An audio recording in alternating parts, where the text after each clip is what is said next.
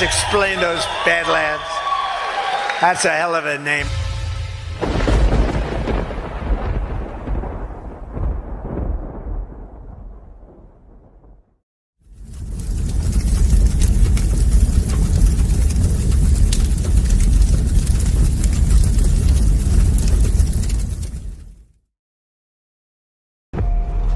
We were sleeping. I've been sleeping. I've been turning away from a truth I wanted not to face. There is a wound that won't heal at the center of the galaxy. There is a darkness reaching like rust into everything around us. We let it grow, and now it's here. How many men have you killed, my lord? I don't know. 50? 100? Countless.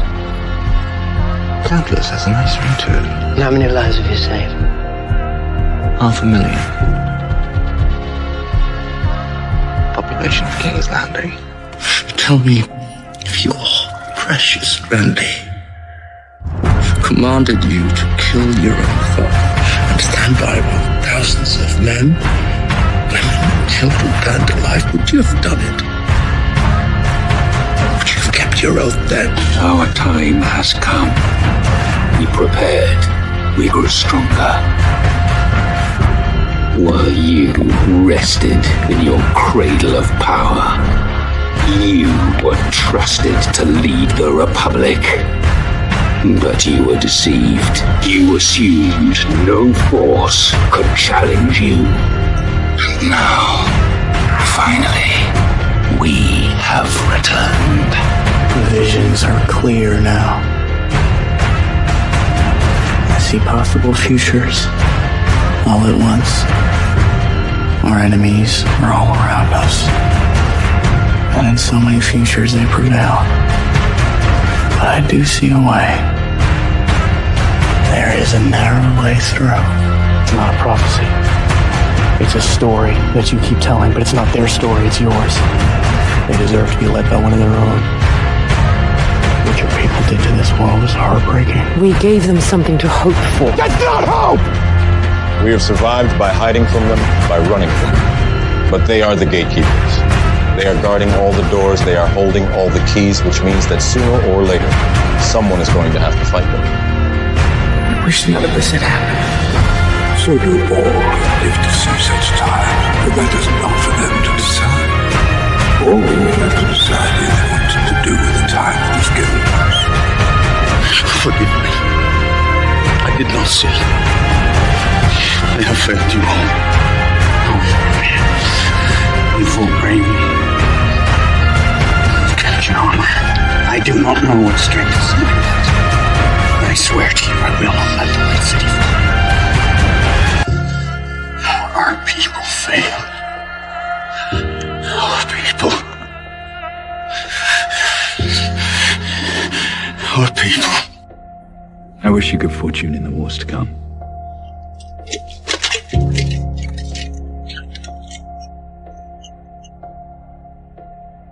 And now it begins.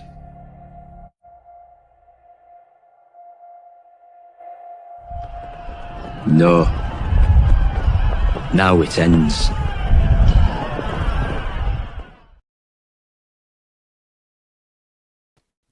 Hey guys, welcome to The Narrative, episode 59, titled this one, The Siege of Donald Trump. And it may sound like nothing new. That's actually what the topic's going to be. Is this something new? Or is it not new at all? Is it the same old bullshit that we're going to wade through?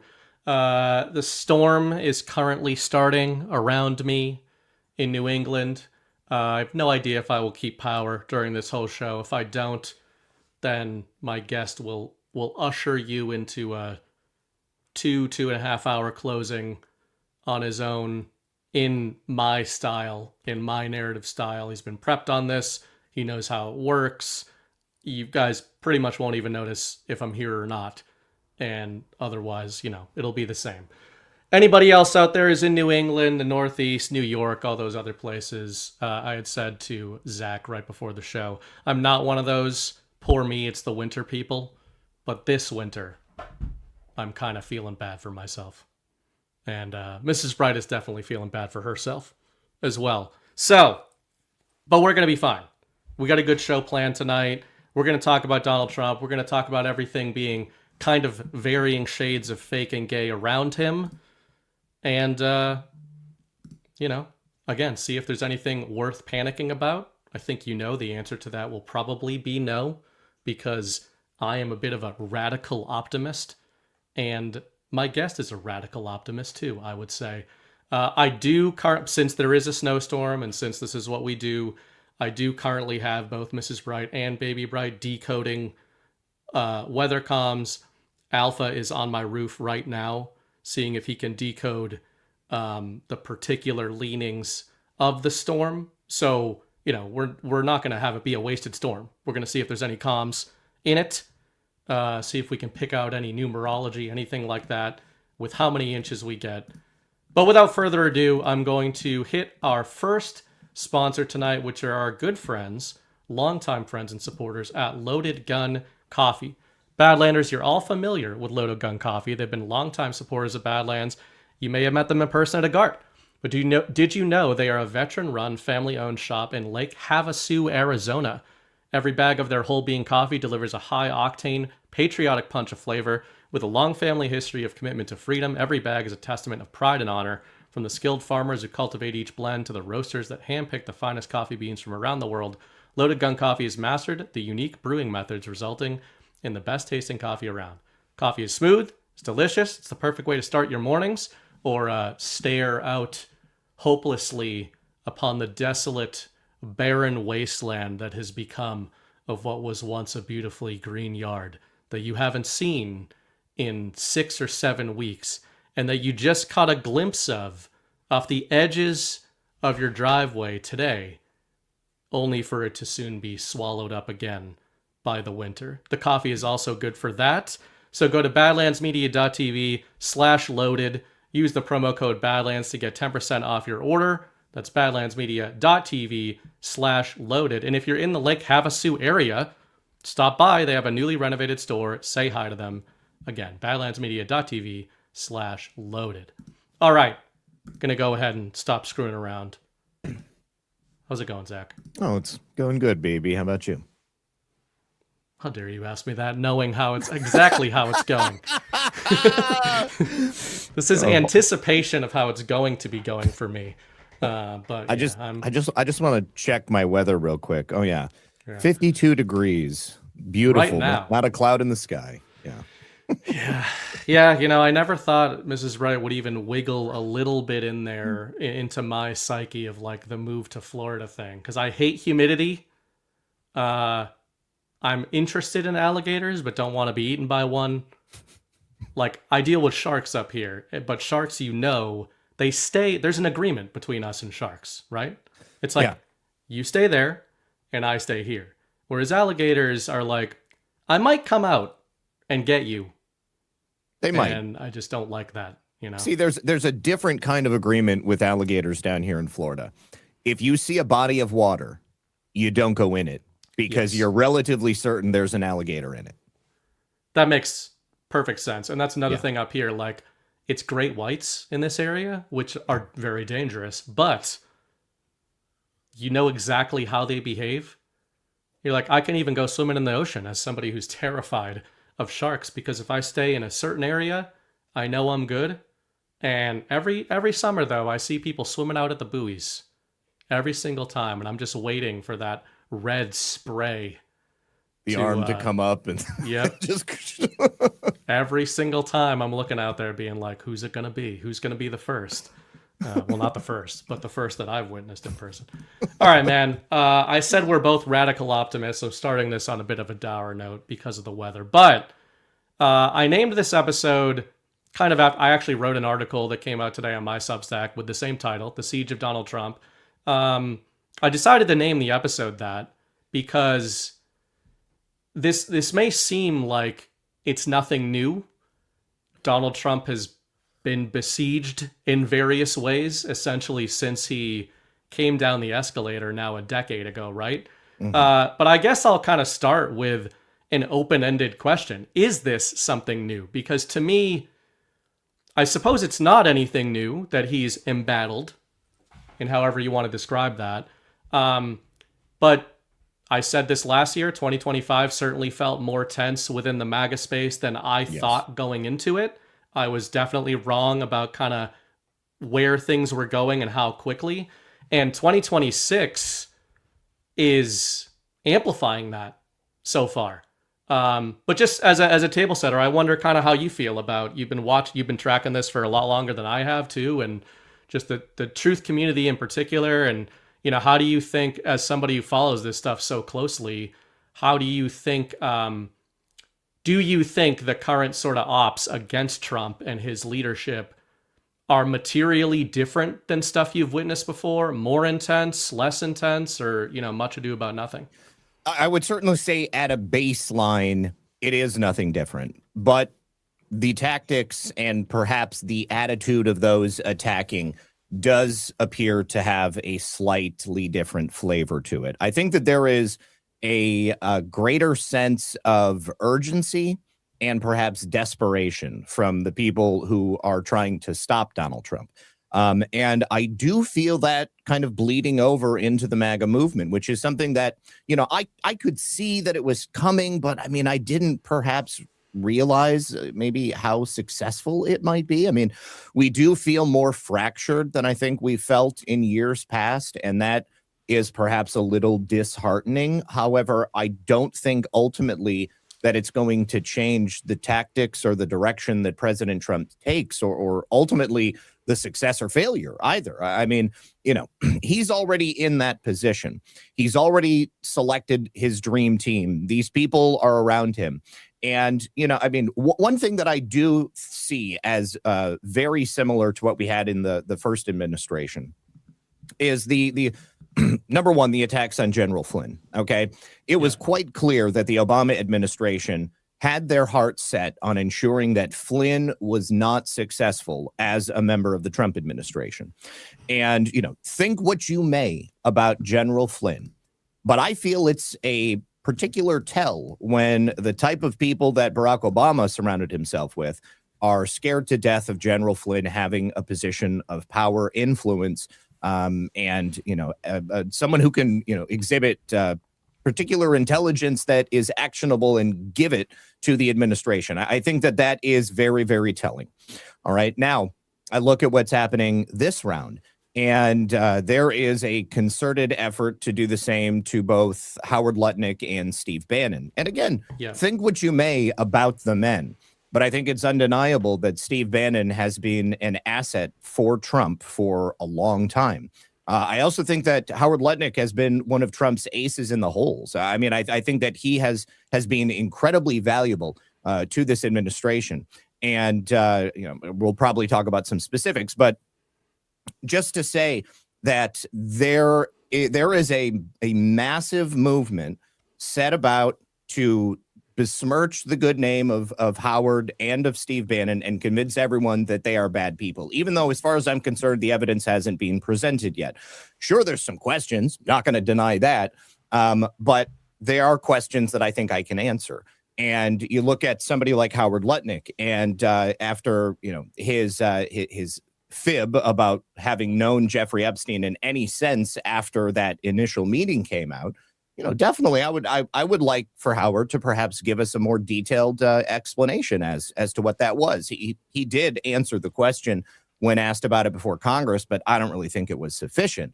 Does that mean that he can't be successful in implementing the job that President Trump wants him to do, or that he's not going to do it out of perhaps self-preservation? I don't think so. Not at all. But somebody came in my chat the other day and was like, Lutnick eats babies. And if you don't realize that, then I don't know what to tell you. And I was like, hey, you know, I haven't seen the evidence that Howard Lutnick eats babies. My email is, you know, please, by all means, send it to me, and I will be happy to review it and present it on the show. But of course, it doesn't exist. This is just a sort of feel that people have. People are very emotional right now. And I think that after 4 years during the Biden administration and everything that people went through, they're a lot quicker to react than perhaps they were during President Trump's first term, because I think that the base feels the urgency as well. And ultimately, President Trump, in my opinion, and the administration is all too keenly aware of that urgency. And I do believe that they're using it themselves. Man, very well said. And I definitely want to focus quite a bit on the Lutnick and Bannon situation, and use that as kind of I think that, I've been thinking it's a template. It's a template, I think, on the macro, but I even think sort of for us in the info war and for people watching this show, it's a template for us to learn from. Like both for how we engage with these different characters, Chris Paul might call them TV characters, yes, and also how the media is going after them. So that's probably the second thing I want to hit. But before we get deeper into that, I want to set the table a little bit because I think it was good the way you set that up by saying there's more of a sense of urgency. You started and finished with a sense of urgency by talking about a sense of urgency, but actually from opposite directions, which I think works. You ended by saying you think Trump has this sense of urgency. There's this feeling of a sense of urgency in the air. You've already got Con Inc. people and earnest people spinning up like the midterms. Yeah. We're like, man, didn't this administration just start? It's like, yep. That's how quick they start to, shift us to being like, what's next after Trump? So that sense of urgency is there. We've talked, you obviously do a show Monday night with John, and I do one Wednesday, and he just ends up being kind of the poster child of like the guy who says things that the truth community and sometimes his own audience doesn't like to hear. Sometimes he annoys us by doing stuff like that, right? John's like the guy that's going to be like, actually. He's the actually guy. He's the Reddit guy. But he is usually right about the actually. Yeah. And the key that I don't think he gets credit for is that John tends to say, actually so far. Yes. Right? Yes. And I think that that's important to apply to some of this stuff. The reason I thought of him is because I would say something that sounds controversial, but I'm very positive about the Trump administration. I think, though, it is fair to say that 2025 and the early going of 2026, to a large swath of Trump's base, and even to probably a larger swath of the truth community, like the really plugged in people in Trump's base who call themselves awakened, and even a lot of our audience, probably did not think things were going to feel this way 14 months into the second Trump administration. I would agree. And I think it's fair to go back and forth about, like, I have a very positive and optimistic long-term view and even medium-term view of the moves that are being made. But I think it's good that you started by saying there's a sense of urgency there because, ironically, the sense of urgency that the deep state has right now with their full-scale just blitzkrieg lately toward the Trump administration and specifically the figures around him really seems to be the op right now. Mm-hmm. That, oddly enough, I think is a great reverse indicator of, you could argue the deep state believes more in Trump's plan to disrupt them, yes, than a lot of people in Trump's base. And that's something I was thinking of this weekend, going like, I can play devil's advocate either way. I can say, yeah, I certainly thought it was not going to be this tense at this point of the administration, right? And it's still tough economically out there. It can sometimes annoy even me when Donald Trump is like, things are great, the Dow is up, and Pam Bondi's saying stuff like that. I understand why that stuff goes viral in the wrong ways, because I'm like, man, things are kind of tough. My homeowner's insurance just went up $1,000 for worst coverage because like the whole system is a mess, right? Yeah. And I've ranted about my health insurance, all this kind of shit, right? I get that he launched a website. People are struggling though. Like it is a real thing. But on the other hand, again, I think it's kind of a funny reverse indicator. It's like, if things were going as badly as Con Inc. and Never Trump Republicans would like you to believe they are for the Trump administration, then why wouldn't the whole apparatus just kind of sit this one out? Like, let him burn himself down, right? The administration's not doing well. He's losing his base.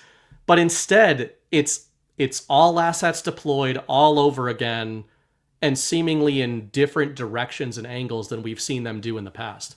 Well, they have expended their ammunition in terms of the ops that they ran during the first administration, and then even during the shadow administration, right? They're not going to be able to use the courts against him, although they have attempted to. That just, in my opinion, spectacularly backfired with the tariffs. And I think that Trump and Lutnick saw that coming from a mile away. There's a very... Both said it publicly beforehand, too. Well, not only them, but Besant as well. It's like the entirety of the cabinet was telling the American people and the deep state, tariffs will be successful. We have a toolkit. This is not our only play. And it was like everybody just ignored it. I must have covered it on my show like 5 or 6 times in the lead up to it, just saying, hey, they're telling us exactly what's going on, whether it's this or it's this. This is now the way of the world. Trump has successfully changed the paradigm here in terms of trade and in terms of diplomacy and peace. I mean, tariffs have been a major part of why the global world order has shifted into the Board of Peace versus the NWO, NATO, and the UN. But yes, I absolutely agree with you. If it wasn't for the fact that they were convinced that Trump has played the ace card on them, they would not be behaving in the way that they are. And, I mean, even if you have people who are discontented, there are still like just fundamental and profound changes that have taken place across the board, not only here at home, but also in terms of geopolitical aspects as well. And because of that, by the time we get to the end of this 4 years, I think that the results are going to be self-evident, and people will have an opportunity, to decide. And I believe legitimately by the time we get to the next presidential election, it's not just going to be fake and gay. I think that people will have a legitimate choice. Do you want to go backwards to what was destroying you and your country? Or do you want to continue along with what we have because we've already shown you that it works? And part of the aspect of people being discontented with speed is that as a result of the advent of the internet and social media and 15-second attention spans, people are addicted to immediate gratification. People want things to happen quickly. And this is one of the traps that I think our side often falls into. We think about things in terms of 2 and 4 year cycles. Okay. We think about elections and and that's why you see people, the midterms are already shit. Whereas the deep state think about things in terms of like generational plays. All right. Like even if they're unsuccessful for a 2 to 4 year period, there's a good chance that if they can play their cards right, at the end of that 2 to 4 year cycle, they're going to be able to flip it the other way, and they will be able to set us back 2 decades or whatever it might be. And so I think that there is real value in considering the long game in everything that President Trump and this cabinet are doing, and what the true outcome is going to be for the United States of America if people can accept that this is not something that's going to be fixed overnight, because it wasn't a problem that was made overnight. This is many, many decades in the making. That hints at sort of the second major topic I want to get to a little later, like in the second hour, is I sent you a note, the president of precedent, and other people have used that before, but in keeping with the theme of this show, where I mostly talk about the narrative and not the actual, that I think precedents can be set narratively too. And I want to get deeper into that, but I totally agree that, the timeline thing and it's actually kind of funny. The Bitcoin maximalist world, as controversial as some people find that, I will say, as much bullshit as there is in various pocket communities on the internet, including Bitcoin maximalism, and there's some people that it's like a religion.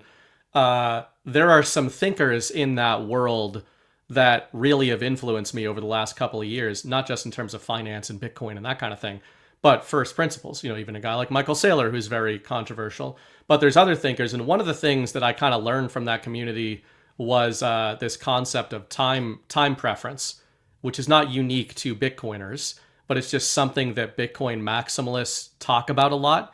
The idea being that human beings naturally are very high time preference creatures.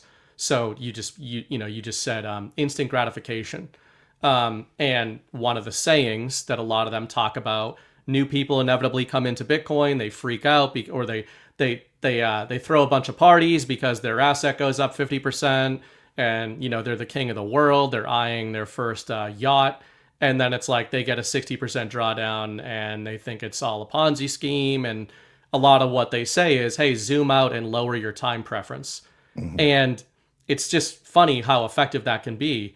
On the other hand, if I want to throw a bone to like MAGA people, earnest MAGA people, of maybe why they have trouble lowering their time preference when it comes to what you're talking about, the successes of the MAGA movement, let's call it, and the Great Awakening, is there's a definite anxiety of what happens after Trump. And I don't want to relegate that just to like, who's the president?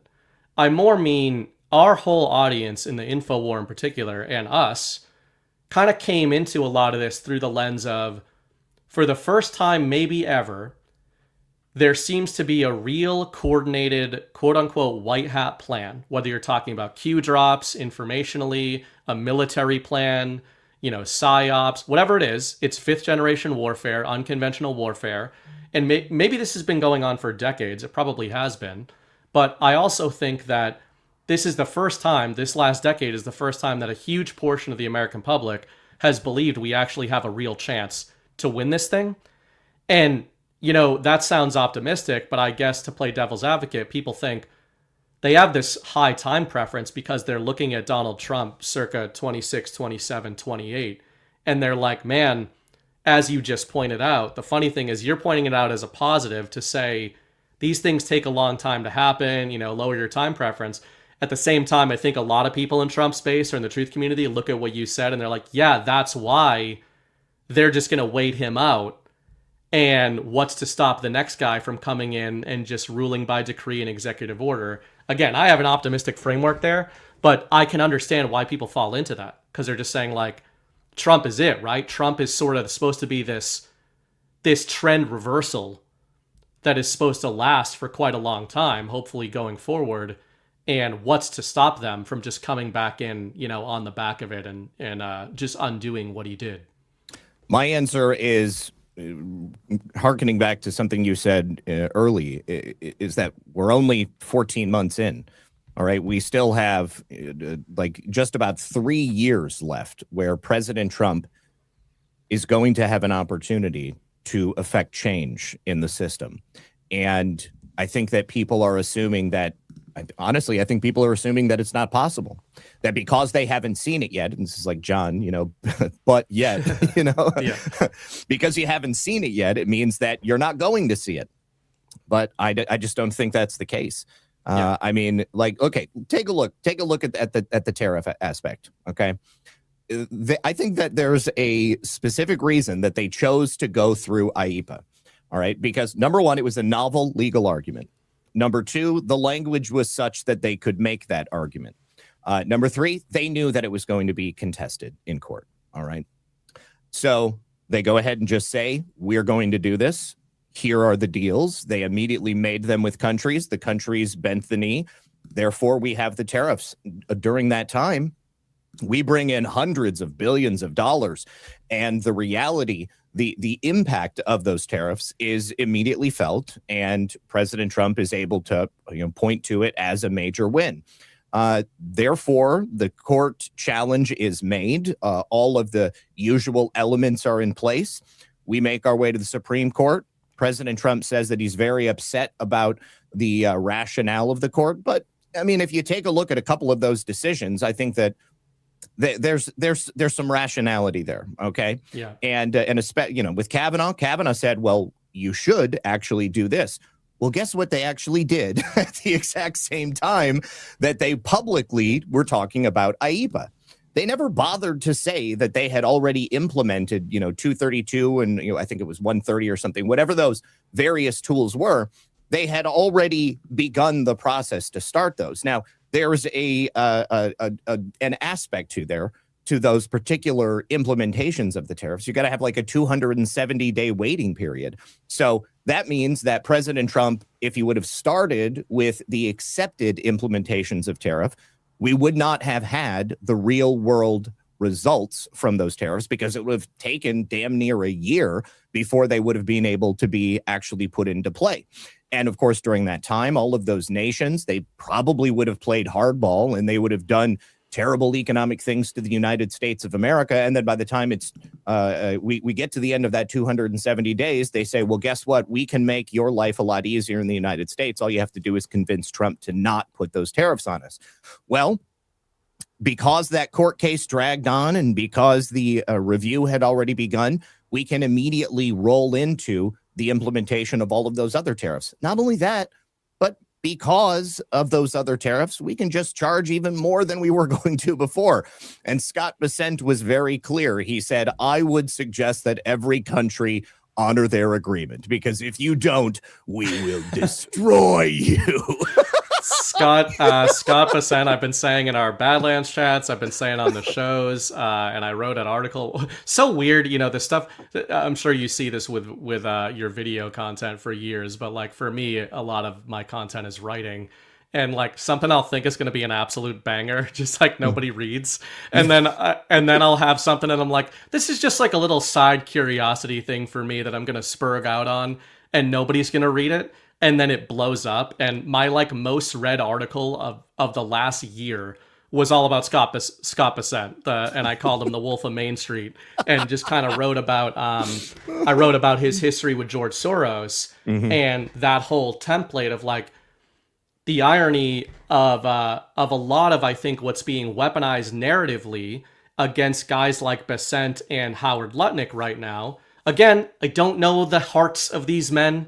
I don't know who they are. I think there's some weird stuff with Lutnick. I know that there's like a ton of theorizing and conspiracy theorizing going on about 9/11. I knew about that, a couple of years ago when I was first really researching him. But, right now it's going very viral, the whole idea of the address with Epstein and all that. I don't know. I mean, maybe there's something there. But speaking on Bessent first, the reason I called him the Wolf of Main Street is my whole kind of theory was, if you were Donald Trump and you're putting a team together to take down the establishment, well, you need people who really understand it, right? And it's like, I understand that, Trump himself has this reputation as this business magnate and this 5D chess genius, and I think he's largely earned that. But the funny thing is, I don't think sometimes the InfoWar community really understands where Trump's genius lies. And by that, I mean, if you talk to anybody or you see any of these interviews or writings about Trump's history in business, the people who really know him, they do say he's a genius, but in pretty specific ways. And one of those specific ways is Trump knows how to put the right person in the right situation, which means he knows that he isn't the guy that knows how to do all of this shit, right? You really think Donald Trump is the one that came up with the plan to essentially weaponize the US dollar by weakening it while convincing the American people that it's strong? Like, that move, this is something I've been talking about for a year. The US dollar, like, Trump does not actually want to strengthen it. It's one of the great paradoxes of the Kobayashi Maru, the Gordian knot they're unwinding, him and Bessent and Lutnick in particular. We don't want an extremely strong dollar. An extremely strong dollar is what put us in this position in the first place, because it became the reserve currency of every other nation, which made it untenable for American companies to compete on a global stage with American labor. And, this ties into globalism and all the rest of it.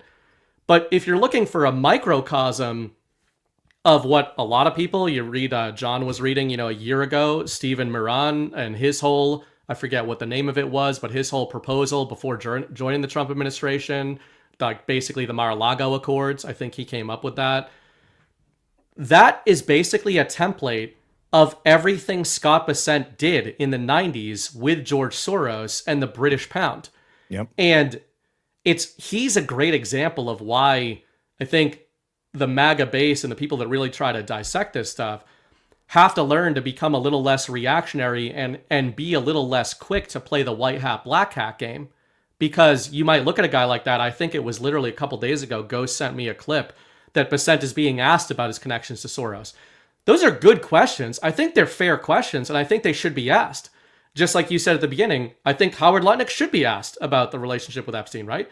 You don't get to, as the MAGA base and the truther base, you don't get to parade around Epstein files for a decade and then be like, dude, you were his neighbor and you lied about meetings with him. Like, what the fuck?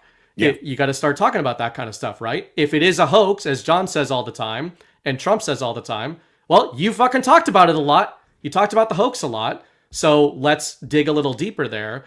But I think a lot of these guys that are in Trump's orbit, they're not, I think the difference in my view between this administration and the first time around, he's got some real heavy hitter, like I call them in my writing, demolitions experts.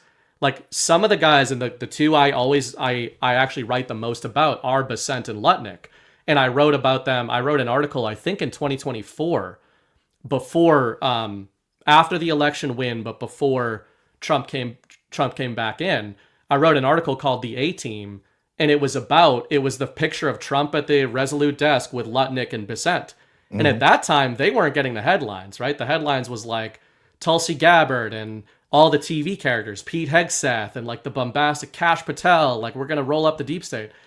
But I started really reading a lot more about the financial system and being like, I actually think the guys that the deep state would really be concerned about is Howard Lutnick and Scott Bessent, considering that, to take a quote from Taken and Liam Neeson, they have a very particular set of skills that could make them a nightmare for people like the deep state. And the irony here is, to finish this thought, maybe these guys do have skeletons in their closet, by hook or by crook. I don't know. Maybe they were leveraged. Maybe they haven't always been good guys. They've certainly done things on behalf of not good people. And Scott Bessent is open about that.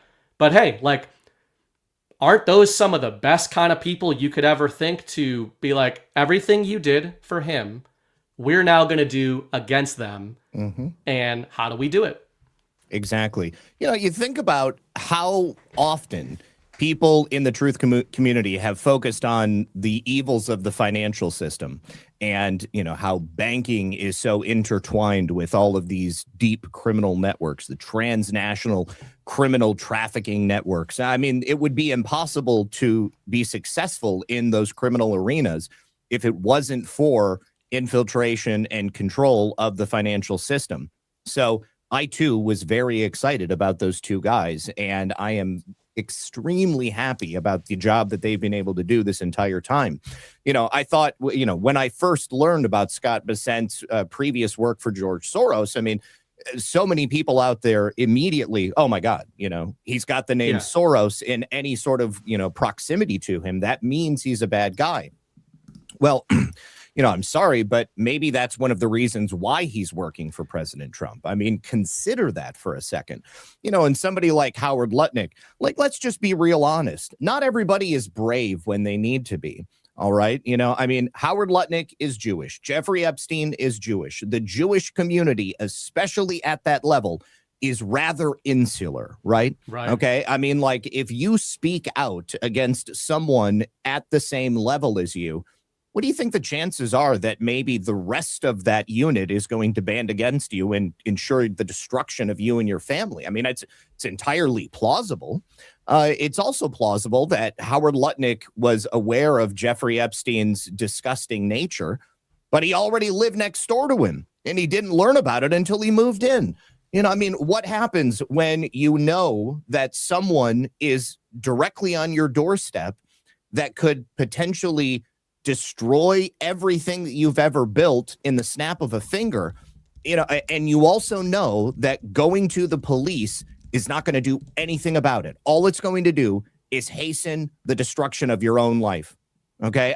Are you going to do the brave thing and devote your life to trying to stop this person? I would submit that probably not that many people would. I think that, many people in the truth community believe that they would, and I'm sure that many of them actually would. But I think that when you have the lifestyles of the rich and famous, these types of people, they're probably biding their time and waiting for the moment that they can make an actual difference. And I truly believe that that's what we're seeing right now. I have this clip of Howard Lutnick after 9/11. A lot of people bring up the fact that, Cantor Fitzgerald, Howard Lutnick wasn't there. Okay. Again, there were a lot of people in the know who weren't in the towers on 9/11. But there is no one who wasn't in the towers on 9/11 who lost half their staff, okay? And brother. And their brother. Cantor Fitzgerald was the largest single employer, okay? There are plenty of examples of companies who just told their people not to come to work that day, okay? Or who maybe moved operations across the street for the day. Cantor Fitzgerald didn't do that. Howard didn't warn his brother. I mean, Howard, I believe that Howard truly was taking his son to school for the first day, okay? As a father, I would see myself doing that exact same thing. I also don't know of any other company that was in the towers on 9/11 that went to the lengths that Cantor Fitzgerald did to make right the lives of the family members for the employees that were lost. Mm-hmm. For decades after. Exactly. And Howard still gets emotional when he talks about it, okay? He lost a lot. And Cantor Fitzgerald almost went out of business as a result of this. So if I could, I would like to play this clip of Howard Lutnick. This is an interview. I believe this is on ABC News. This is after the tragedy of 9/11. And I want you to take a look at Howard's affectation, the way that he carries himself. And you tell me if you think that he's being honest or if you think that he's putting on some type of a show. Because, I mean, I have my own opinion on it, and I think that this is a worthwhile exercise given what we're discussing. Of the 1,000 Cantor employees at the Trade Center, only 300 are accounted for at this time, and none was at the building at that time. This immense human loss has truly devastated the chairman and CEO. I get to kiss my kids. I get to kiss my kids tonight, but other people don't get to kiss their kids, and I just have to help them. And I think what's amazing, and I think it's amazing, you have 300 people. They lost all their friends. They lost the person to their left. They lost the person to their right. They come up and they say, I want to go to work. I said, why do you want to go to work? Let's just go to funerals. They go, no, I want to go to work. I can't stay home. I can't stay home. I have to work. I have to do something. And so they actually wanted to try to figure out how to be in business. It's unbelievable. It's great. It doesn't make sense. But the reason they want to be in business, and there's only one reason to be in business, is because we have to make our company be able to take care of my 700 families. 700 families. I have 700 families. Just, I can't say it. I can't say it without crying. There you go.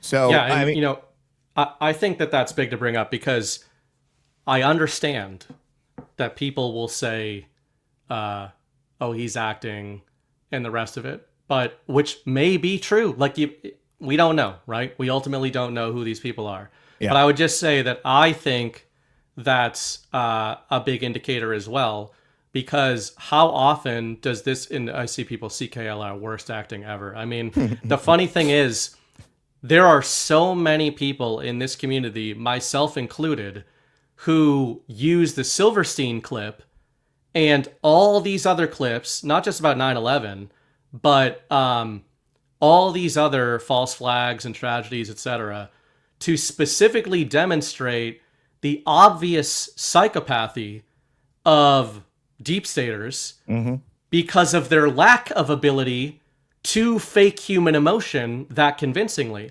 And what's funny is I actually had not seen that specific clip, but I had written about in 2024, October 2024, there's a finance channel that I follow on YouTube, normie kind of thing, Anthony Pompliano. Some people like him, some people don't. But he did like a 2-hour sit down with Howard Lutnick, and it is a fantastic interview. And that was one of the things that really put me down a rabbit hole on him at that time in terms of the incoming administration. I was impressed just with his mastery of a lot of the material. Of course, at that time, I was really heavily digging into Bitcoin, and he was talking about it as a threat to international governments and banks, central banks. And he said in that interview, stop calling it an investment. It's an asset. And, you know, like he kind of had this smirk on, like, I know what's coming in the future.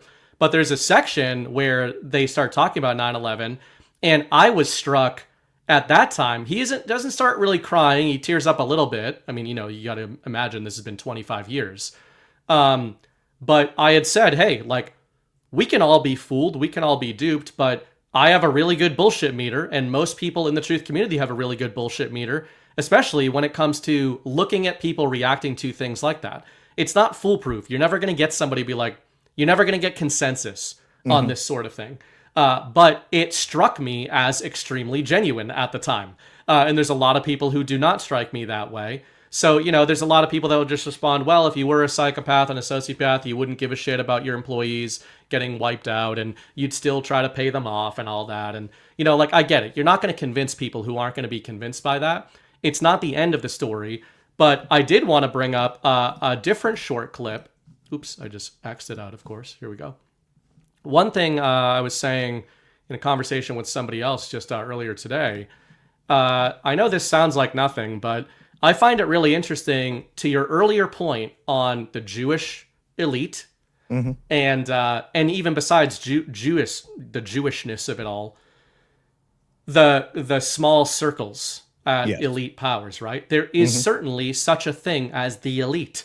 A lot of this community was built on kind of the revelation and reckoning of ourselves with the elite meaning something maybe that we didn't think it meant.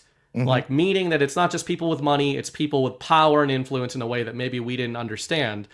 But it's another contradiction in this community. Donald Trump is absolutely a part of the elite. The Kennedys that are lionized by people like myself and many people in the Trump community are elites. They're the definition of elites. Scott Bessent is the definition of an elite. And, you know, he at least came from humble beginnings, as did Howard Lutnick, by the way. Extremely humble beginnings. Donald Trump did not come from humble beginnings. No. Like, the Kennedys did not come from humble beginnings, which isn't to besmirch them. It's just to say, you've got to call a spade a spade. If you're going to use that and be like, these are these elite people in these circles, you've got to use it both ways. But this clip I wanted to play is how Howard Lutnick has been referring to Jeffrey Epstein. This was from last year, so before he was a prime target of the media and most of MAGA, it seems. But I think it's interesting how he frames Epstein. This morning, breaking with the FBI and Department of Justice, one of President Trump's cabinet secretaries claiming that high-profile associates of convicted sex offender Jeffrey Epstein not only knew of his behavior, but some even participated. Did they see it and ignore it, or no? They participated. Right. That's what his MO was. You know, get a massage, and what happened in that massage room, I assume, was on video. This guy was the greatest blackmailer ever.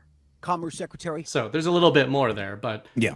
The funny thing is, that struck me. Sometimes, you know, we all have our own particular brands of retardation, and mine is, I call it language coding or narrative coding. Like, when the same terminology is used in multiple places, I tend to remember that. And two people referred to Jeffrey Epstein as a master blackmailer. And the reason I think that's funny is because even like the English vernacular is not really correct. Like, that's not how you would normally say something like that. Donald Trump and Howard Lutnick both refer to Epstein that way. Now, obviously, they're not the only ones who talk about Epstein and blackmail. But I mean, when asked by the media about him, that's one of the responses that Lutnick and Trump both gave last year, around the same time. And to your point about like, okay, the address is there.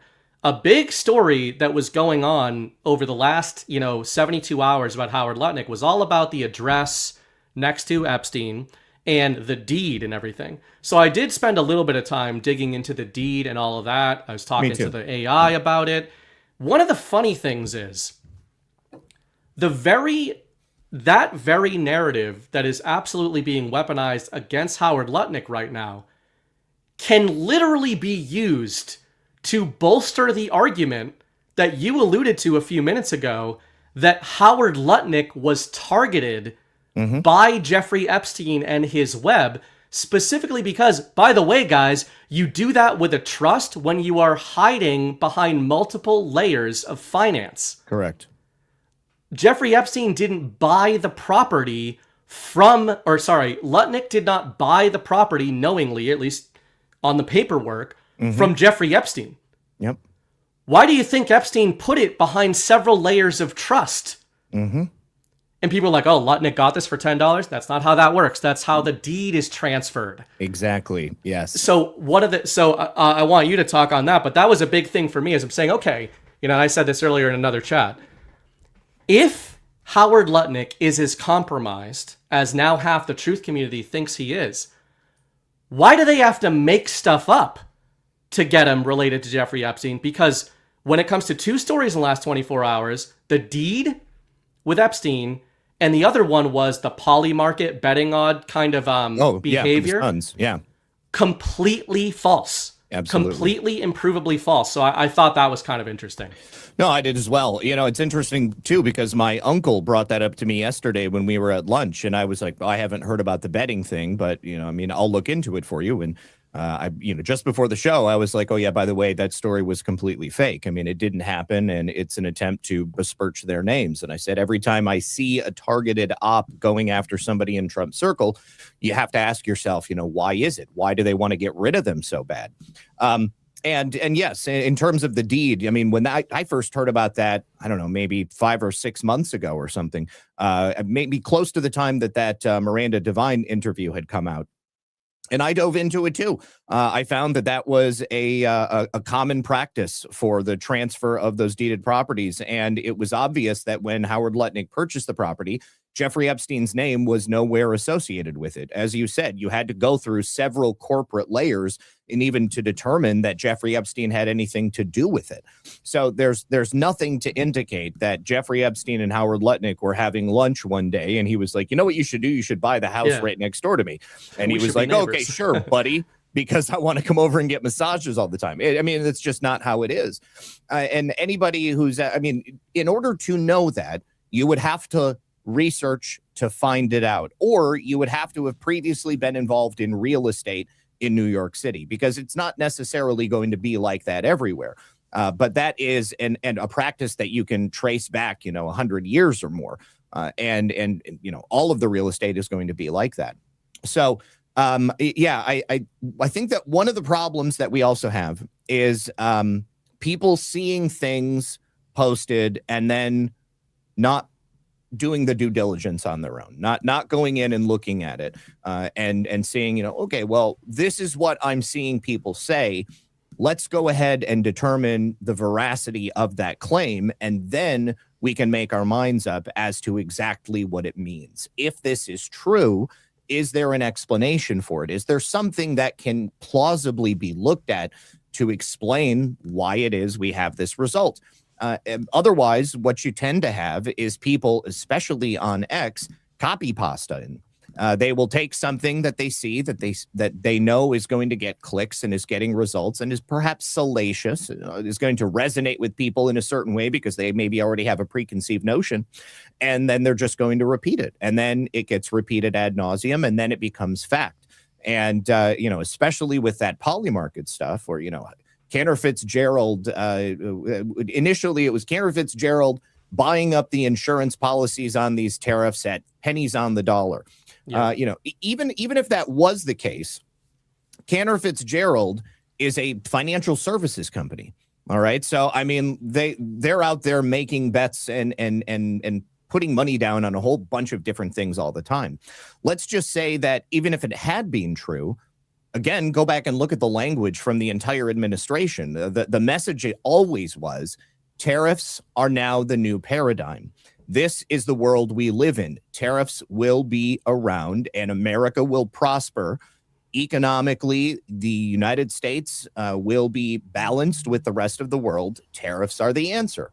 So if you truly believe that, just in the same way you believe in Bitcoin, you're going to continue to purchase it as an asset despite the ups and downs of the market. And you may even buy more of it when the market is insecure like that. And especially after the Supreme Court decision came out and the prevailing message was the Trump administration now owes hundreds of billions of dollars to companies and corporations and nations all around the world. And I bet you there was more than a few people and even a few financial houses that made bad bets based upon their emotional decision making. But if you were one of those people who believed that tariffs were successful and were going to continue to be, then you didn't have the FOMO and dump all your holdings. Yeah. Yeah. And again, the reason I don't think it's the end all be all of whether or not, Cantor Fitzgerald bet on tariff related policy decisions, etc. It's just that between that and the deed, the trust rather, with the condo there or the apartment in New York, I just thought it was interesting that it's like, okay, if there's if there's these smoking guns that are now coming to light, and Trump was playing 700-dimensional chess by putting Epstein's best friend as his commerce secretary because keep your enemies closer. Like I wrote the Master Series about Donald Trump and playing 5D chess. And sometimes we get a little retarded with that, right? Like sometimes we all have to snap ourselves into reality, even though we've been lied to about reality, and we know we have been.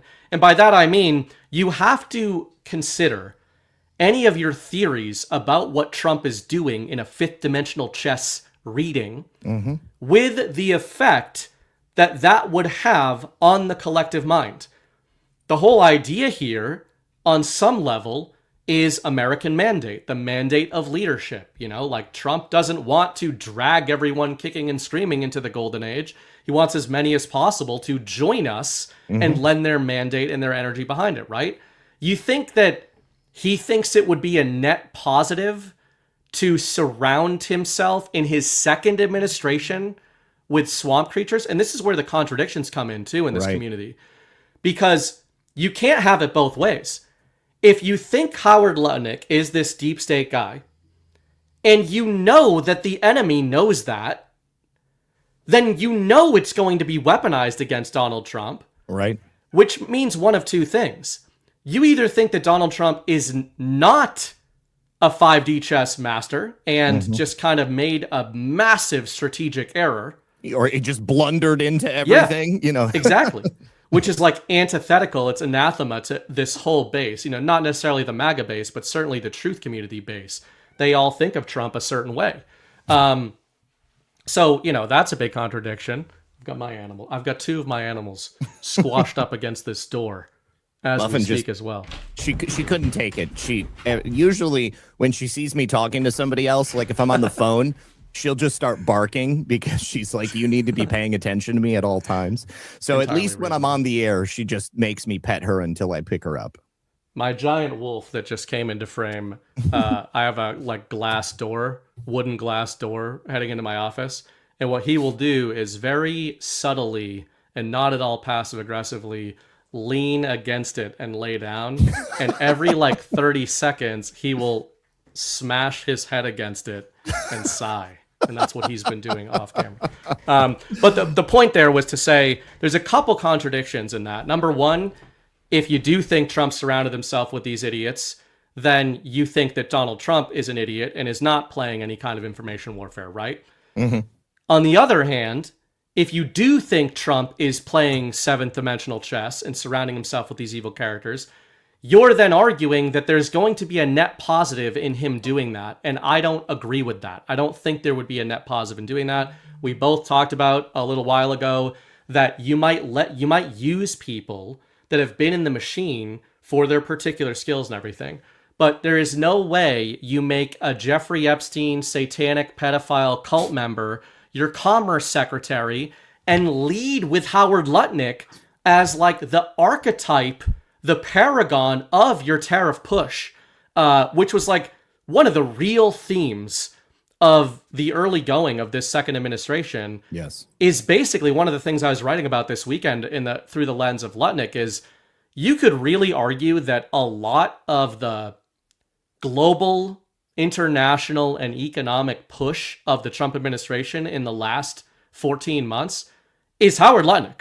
Like, you may think Donald Trump came up with all this stuff, but he says it wasn't him, and Howard Lutnick says it was him.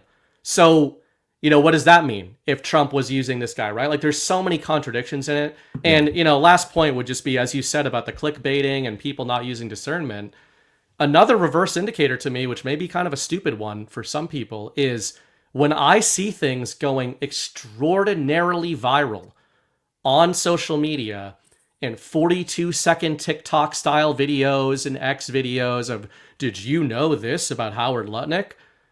From people I've never seen before, I start to see an op.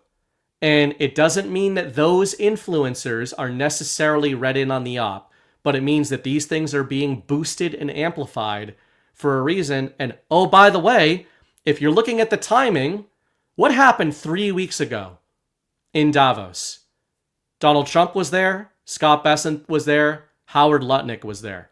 Mm-hmm. And Howard Lutnick sat down in front of the World Economic Forum and told them to their faces, word for word, globalism has failed. Globalism is dead. I don't know. If you think that like a Jewish elite globalist pedophile banker is leading the charge to destroy globalism, and then all the globalist media unites against him directly following that, to me, that looks like a 1 + 1 = 2 type of situation. Absolutely. Yeah.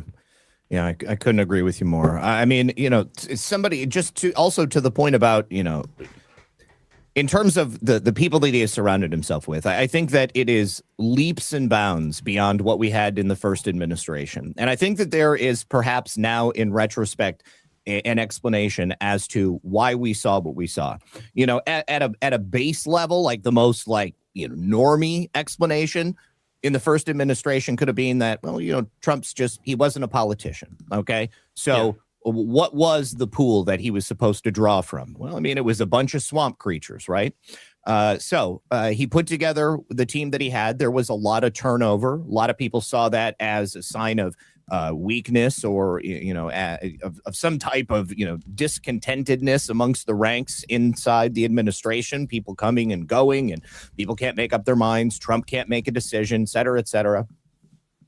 But I think that there is an argument to be made that perhaps Trump was all too aware of the reaction he was going to get in that first administration. And I think that he set the stage with that first administration for the deep state to have a certain opinion about his abilities. All right. And regardless of whoever those people were in the first administration, I think that it's undeniable that he laid the groundwork for a phenomenal comeback this time around. And he made substantial moves in that first administration to show that with just a taste of what he wanted to do, it would be possible to effect tremendous change. All right. So he showed America what could be done. He also showed America how badly the deep state wanted to stop him, what they were willing to do to make that a reality. And he also sort of disarmed the deep state in a manner of speaking. They believed like, oh, God, it's this easy. All we have to do is just keep knocking him back on his heels a little bit. And then during the shadow administration, we'll just take him to court and then we'll put him in prison for the rest of his life. And we won't have to worry about this guy ever again. They had the exact opposite reaction amongst the deep state, but the people definitely did get a taste for it. And they knew that they needed to have him back and the vision back. So then he comes in during the second administration. And I think that perhaps the deep state once again thought, okay, we're going to have another 4 years of turmoil. He's not going to be as successful as he says he's going to be because Trump is always bombastic. He's speaking in these sort of phrases that make him appear as if he's larger than life, but we know who Trump really is. And then we have the exact opposite scenario taking place. And again, I think this is one of the reasons why there is such a sense of urgency among them, because they know that what he's doing is working. And it's night and day, comparatively speaking, in terms of the economy and so many other things. Yes, you know, maybe eggs are not as cheap as you would want them to be, but they are objectively cheaper than when he came in. Gas is objectively cheaper. Illegals are being rounded up and removed. And they're cheaper if you want to buy it. It's also now opening up opportunities for jobs. We also have removed 300,000 employees from the federal bureaucracy. That is the most dangerous aspect of the deep state, that unelected fourth branch of government, the bureaucracy of all of those federal agencies. Those people came in, they didn't matter how dumb they were or how ineffectual they were, they got a free ride for the rest of their lives. And they were some of the most successful in standing in the way of Trump implementing his agenda in the first term. Not the people that he had around him. It was those unelected bureaucrats who slow walked everything or who set up roadblocks to it. Not saying we don't have people putting up roadblocks this time around, but I think that the tactics that are being used are far different. And as a result of those 300,000 employees, we're at 1966 levels of employment within the federal bureaucracy. That is just a couple of years after JFK was assassinated. And it's not stopping. It's not reversing. It's continuing forward. We are still not replacing people. We're still not hiring new people. So that number is only going to get larger, which means that the collective power of the deep state is shrinking day by day by day. In 1 year, we were able to achieve that. Okay. How many more people are going to be gone by the end of the 4 years? I would argue probably a lot more. Okay. At least another 300,000, if not another million by the time that is done. And that will have a profound effect going forward. And again, I think that the ultimate outcome for election security is going to be released. I mean, that will happen. Right now, the whole argument is all about the SAVE Act. You know, President Trump has said a number of times, you know, we must have the SAVE Act. I mean, that's going to be what does it. I think that it's a lot bigger than just the SAVE Act. I think that that is a small piece of a much bigger pie. But right now, the only reason we don't have the SAVE Act passed is because of Mitch McConnell's committee. I think Mitch McConnell's still in the hospital. So, I mean, like, I don't even know that that thing can come out of committee to go to the Senate floor so that it can be voted on. But that's what's stopping it right now. And again, just like all the messaging about tariffs, President Trump has already said, we are going to have what I told you we're going to have implemented before the midterms. That's a promise. So, you know, regardless of how we get there, everybody's focused on the SAVE Act right now. Maybe people should be looking somewhere else. But I think that ultimately we're going to have that, and that is going to have just a major impact on what happens in elections going forward.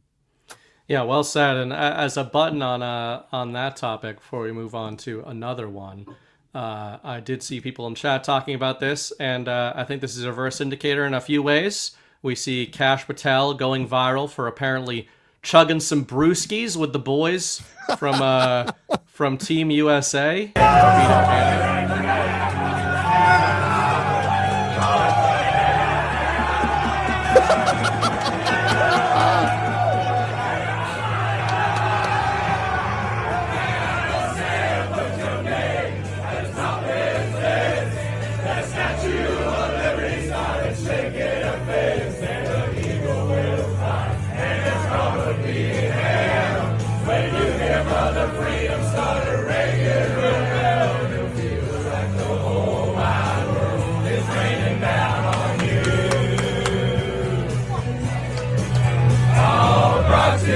Courtesy of the red, white, and blue. So first of all, that is objectively awesome. Yeah, it is. It really is. But to put a button on that topic about Lutnick and Besant, and you know, it's not just look at who they're going after. Look at who's going after them. That account that Ash sent me was Republicans against Trump. The other account that I saw out there was Kyle Seraphin, and another one, and another one, and another one, right? And it's like, yes, all of the MAGA crowd that's all up in arms about this stuff. Like, you don't have to like that with Kash Patel, but it's just, there's clearly a coordination against the people that Trump has put around him. And again, you can read that in one of two ways. You can read that supposedly conservative Republican people and MAGA people think Trump is an idiot and doesn't know what he's doing, which is not good. Or they are actively attempting to subvert the administration. And the reason I thought of that in the context of you talking about the midterms is, John and Chris and I talk about the midterms a lot. We talk about people talking about the midterms a lot. Chris brings this up often. John talks about election fraud a lot, right? But besides the election fraud stuff, the way Chris often frames this is, look at the context in which Con Inc. influencers are bringing up the midterms. It's always sort of in this threatening tone. Wait until you see the effect in the midterms of all these mistakes Trump is making, policy-wise, narratively, and especially with the people in his orbit. And if he doesn't do what we say he should do, then that's a problem. And I wrote an article in 2022, before the midterms then, called The Wolves Among Us. And it was all about TPUSA and Con Inc. Chris has been calling them the DeSantards since 2022. And I said, commit these influencers' names and faces to memory, because they all came out and they told you not only that Ron DeSantis should be the president starting in 2025, they told you that Donald Trump was, quote, disrupting unity by announcing his candidacy for president in October 2022. Why? Because Ron was going to announce 2 months later and Trump rug pulled him. Mm-hmm. And now all of these, this is why, sure, we've lost some people. There's some people that don't like our commentary these days. And part of that is because we go super hard in the paint against Con Inc. influencers at TPUSA and the rest of it. And it's because we fucking remember who they are. Yep. And in that article, I said, watch, they're going to put the shell of MAGA right back on as soon as they think it's safe to do so. And the reason we go so hard in the paint about that stuff is to say, when you guys defend them, you, the general you in MAGA, defend these people, well, they're saying based in red-pilled things on the podcast. Okay, are they doing that perhaps to pretend to be you so that as soon as the next anti-Trump op comes around, they can jump on that and try to rug pull you again, Yep. Both can be true. These guys can say correct things on their podcasts or have based in red-pilled guests, Yep. and they can look to stab Donald Trump and you in the back at the first sign of weakness. It's very, very true. Very, very true. There are a lot of sociopaths who rise to prominence, not only in politics proper, but also in the larger political sphere. And a lot of those people, their opinions are for sale. And they will do and say what is going to get them attention and is going to secure their future at some point down the line. I think a lot of those people think that, Trump is temporary, but, Trump himself may be temporary. I think that his legacy will be enduring. But I think that the movement, the truth of the movement that he is building, that is not temporary. This is, again, the new paradigm for America. And that's what I adhere to. Okay. My opinion is not for sale. Everything that I say, I either came up with myself or I have drawn that opinion based upon the exhaustive research which has allowed me to do so. Nobody else is telling me what to say. And even if I may not agree with something for, temporarily that Trump has done, I always reserve that possibility that ultimately it will be shown to be the correct decision. And I think ultimately that has happened every single time. Okay. Even if it may not be what I would have done in that moment, I think that President Trump has, been batting 1,000 on everything. And I can go back now and look at things in the first administration that I perhaps didn't understand at the time. Mm-hmm. And now I see that, this is, he's been playing the long game. I think that ultimately, the The path that we've been on has been plotted out for a very long time. And I think that there's many people out there who believe that, and they maybe believed it up until very recently, until the influencer of their latest subscription list told them that suddenly President Trump is doing things all wrong because it's not what this person would be doing. And I don't subscribe to that. That sets us up perfectly for the president of precedent, which is what I want to talk about next. Before that, I'm going to thank a couple more sponsors, starting with ourselves, and then a sponsor from our friends at Rumble. But starting with ourselves, it is soft disclosure. Was a kind of weird way to say that. I'm sorry I said that way, guys. Fellas, quick question. Is your beard intentional, or is it just happening to your face? If it's dry, crunchy, or doing whatever it wants, that's not rugged. That's neglect. Soft Disclosure Beard Oil fixes that. A few drops softens the hair, conditions the skin beneath, and takes your beard from chaotic to dialed in. No grease, no overpowering fake scent. Clean ingredients that actually work. And now we've added the upgrade. Our new boar bristle beard brush, engraved with the Soft Disclosure logo and ethically imported and finished right here in the USA. Real bristles, real control, distributes the oil evenly, trains the beard, and makes it look like you meant to grow it that way. And here's the move. When you grab a beard oil, you can add the brush for 25% off. Buy the brush by itself, that's full price. Do it right. Soft Disclosure Beard Oil and the new boar bristle brush. Softdisclosure.com. We're getting a lot of rave reviews on this. I know Ash has been working hard on it. Annie at Willow Wind. It's and I will say, as somebody who did not know I was retarded until, somewhat recently, the engraving on the wood is very satisfying to touch. And my son tonight, my wife was glaring at me because he's 14 months old almost, and he was walking around the kitchen, and there was a couple of bottles I had put on the floor because I was going to take him into the basement, and he went down the row and touched each cap, and then he did a lap around the kitchen island, and he did it again. And she was like, yeah, he just touched each cap. And I was like, well, he wanted to see what each one would feel like. And she was like, so you're speaking like that's exactly what you would do, because you also were wondering what all of those felt like.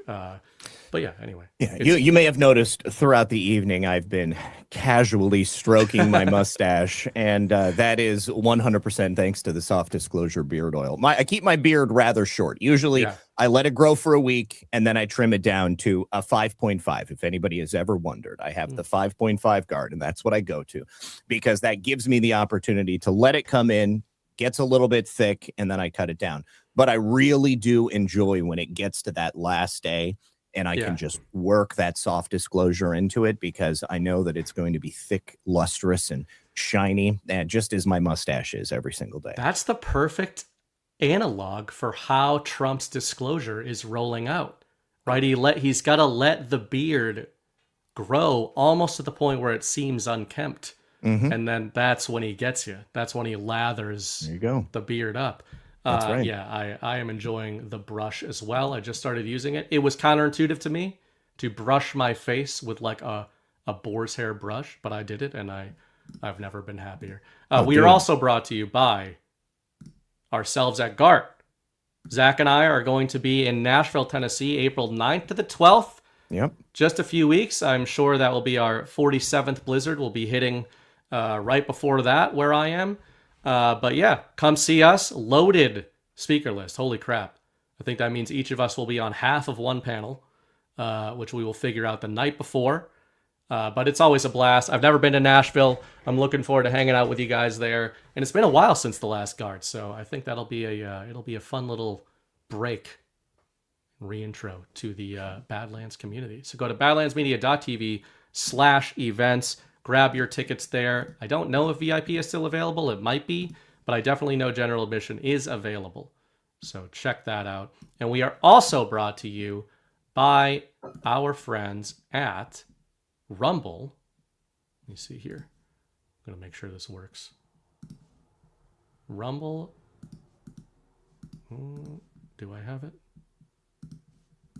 This is the problem when I'm the worst pilot of the stream. Oh, it's not working apparently.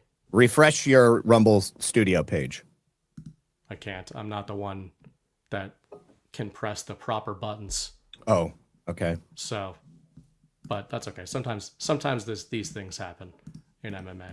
We will try to grab that in a minute if we can. Have you been to Nashville, Jessica? Zach? I have been to Nashville. Yeah. Years ago, I've said this many times. People may or may not remember, but I used to work for this company called Journeys, which is a shoe store. I don't even know if they're around anymore because I haven't been to the mall in many years. But Journeys I've seen that. Yeah, Journeys. Yeah. It's like the cool shoe store, so you can get like funky stuff. And they were owned by a company called J&M, Johnston and Murphy, and Johnston and Murphy is like an upscale men's business brand, and their headquarters was in Nashville, and so I was an area manager, and so I had to go to a number of events for the company in Nashville, and that was the only time that I was ever ever visited Nashville. I've driven through Nashville a couple of times, so we had to drive through on the way down here to move here back in 2021, but I didn't stay for any meaningful length of time. So this will be my first time actually hanging out in Nashville. And awesome. Again, it'll be a work trip, but it'll be totally different. The entire Bright clan should be there. Speaking of Looking the Bright forward clan, to it. we actually do have a sponsor from Rumble, and it is the Kids Guide. You should be seeing that now, the link to that. All right, parents, real talk for a second. Not a second, America. Real talk for a second. America is about to hit a huge milestone. We're coming up on America's 250th birthday, 250 years of freedom, grit, sacrifice, and the greatest experiment in self-government the world has ever seen. This is the perfect moment to help your kids understand why this country matters, not just fireworks and hot dogs, but the story behind it all. There's a free guide called The Kids Guide to America's 250th Birthday, and it's a great way to introduce kids to how America began, who the founding fathers were, what they risked, what ideas they fought for that still matter today. The guide sends kids back to the moment when brave men signed the Declaration of Independence, knowing full well they were risking their lives for freedom. Breaks it all down in a way kids can actually understand and enjoy without watering it down or turning it into boring schoolwork. If you care about raising kids who know where the country came from and why it's worth preserving, this is something you'll want to grab. And the best part is it's completely free with the special offer. You just need to pay $2 for S&P. Just head to freeusabirthday.com. That's freeusabirthday.com. Kids Guide to America's 250th for your kids today. America's story matters. Make sure the next generation knows it. And not only is that just nice, but it actually tees us up as well as you did for our last topic here, which is, we started with kind of what are the vibes? What's the vibe check right now? Mm-hmm. We both feel optimistic about it, but we acknowledge that there's a lot of engineered tension out there. But you just queued us up right before that expertly handled break by me about the why I'd said president of precedent. And, you kind of said, when you look back on a lot of the moves Trump makes, even us in his most hardcore audience, we're surprised every time we look back, or there's certain things we're surprised by, right? Mm-hmm. And I think it's interesting to play that game in the present as much as we can, even though it's going to be imperfect. So recently, you set it up by mentioning Congress a few minutes ago, but the two sort of entities that I wrote in my notes was Trump versus Congress and SCOTUS, the Supreme Court. Now, we already kind of led up with, and I know a lot of people in our audience are aware that Trump and Lutnick and the gang are saying, hey, we didn't really need this. We have other cards we can play. We have a whole tool belt that we can enact here. He's been saying the same kind of framing when it comes to elections regarding Congress. I think last week he put out a statement saying, hey, I want Congress to get on board with these changes, but if they don't, I have other ways of addressing these things. But that aside, I wonder what you think about the pretty inarguable public war or tension between the branches. Before we kind of get into what are the details and how are these things being resolved, it feels to me like Trump doesn't shy away from and actively amplifies when there is tension between him as the executive and Congress and the Supreme Court in particular. Yeah, this is one of the tougher ones because, of course, the three co-equal branches of government are supposed to have their own autonomy, and the executive is not supposed to lean too heavily on either the legislative or the judicial, and vice versa. Everything is supposed to have their own lanes. But I think we've clearly had a deviation from that within the judicial in the last several years. There's a lot of activism going on among the lower courts, and we've a number of times kind of been saved by the Supreme Court. By the time it gets there, the decisions that are made ultimately will and end up venerating the decisions that Trump wanted to make in the first place. And that's not stopping those lower level courts from continuing to overstep their boundaries. But what was really interesting to me was what Trump said after the tariff decision was handed down. And he explicitly stated that he thinks the justices may be influenced by foreign actors. And kind of just tossed it out there. And then didn't go any further with it. And then he was asked about it only by one person. And he just said, "You'll find out." Okay. That indicates to me that there is likely going to be some disclosure specifically on that line. And so I think that may end up being something that significantly changes the playing field in terms of the judiciary. And I don't think anybody would believe that only the Supreme Court may be potentially influenced by foreign actors. I mean, this is something that's endemic throughout the judicial sector of America, whether it's district courts or appellate or the Supreme Court. Who knows what's going to result from that, but it may lead to a mass review of judges and determining whether or not they truly are adhering to their constitutional oath or if they're making decisions based on some other factors. John Roberts has a cozy relationship with Norm Eisen. That's always made me very uncomfortable. I never. Yeah, really Roberts has always kind of been on the side eye of the MAGA core that I think has separated them from traditional conservatives, even kind of normie MAGA, like anybody who pays attention to this stuff.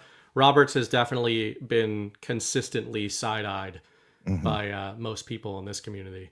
Oh, yeah, absolutely. And with Congress, the problem is that those people are selected or elected, however you want to define it. And the only thing that President Trump has in terms of steering the direction they want to go is really the external pressure that he can put on them, likely through the base. But when it comes to the SAVE Act, John Solomon has recently been saying that President Trump is likely going to present a security briefing to Congress and show them that, again, there is a foreign influence in our election, and that in order to ensure that that doesn't continue, then we're going to have to make these changes, and the SAVE Act will be part of that. I think that also we've clearly got foreign influence among Congress. What if a portion of that briefing also turns out to be evidence presented to select members of the House and Senate showing that foreign influence is not simply some abstract, but is something far more concrete, and that the choice is yours. Do you want to go to prison or do you want to play ball? And I think that President Trump is not above that, offering people those opportunities to either do the right thing or to bear the wrath of the power that he can wield, which would come through the Department of Justice. I on that last point there, I said said something similar on Wednesday night when Trump was talking about, I'm going to have a meeting with various congressional leaders and senators. I think it was in the context of the SAVE Act. I might be wrong there, but I think it was in that context. But either way, he's like, I think they're going to get on board. Like, I have confidence. And, it did read to me that way. Just my gut impression was like, well, even if you don't go down the foreign influence rabbit hole, which is a bigger one, to your point, let's look at the foundational sort of thing that woke a lot of people up, even in our audience, which is fake elections. Something obviously we talked about quite a bit on the Power Hour. Well, ostensibly, if you understand and have evidence, which we all believe that the Trump administration, the people that matter, do have that evidence of 2020 election fraud, the thing that really only this little pocket of the community talks about is the fact that, well, you know what that means?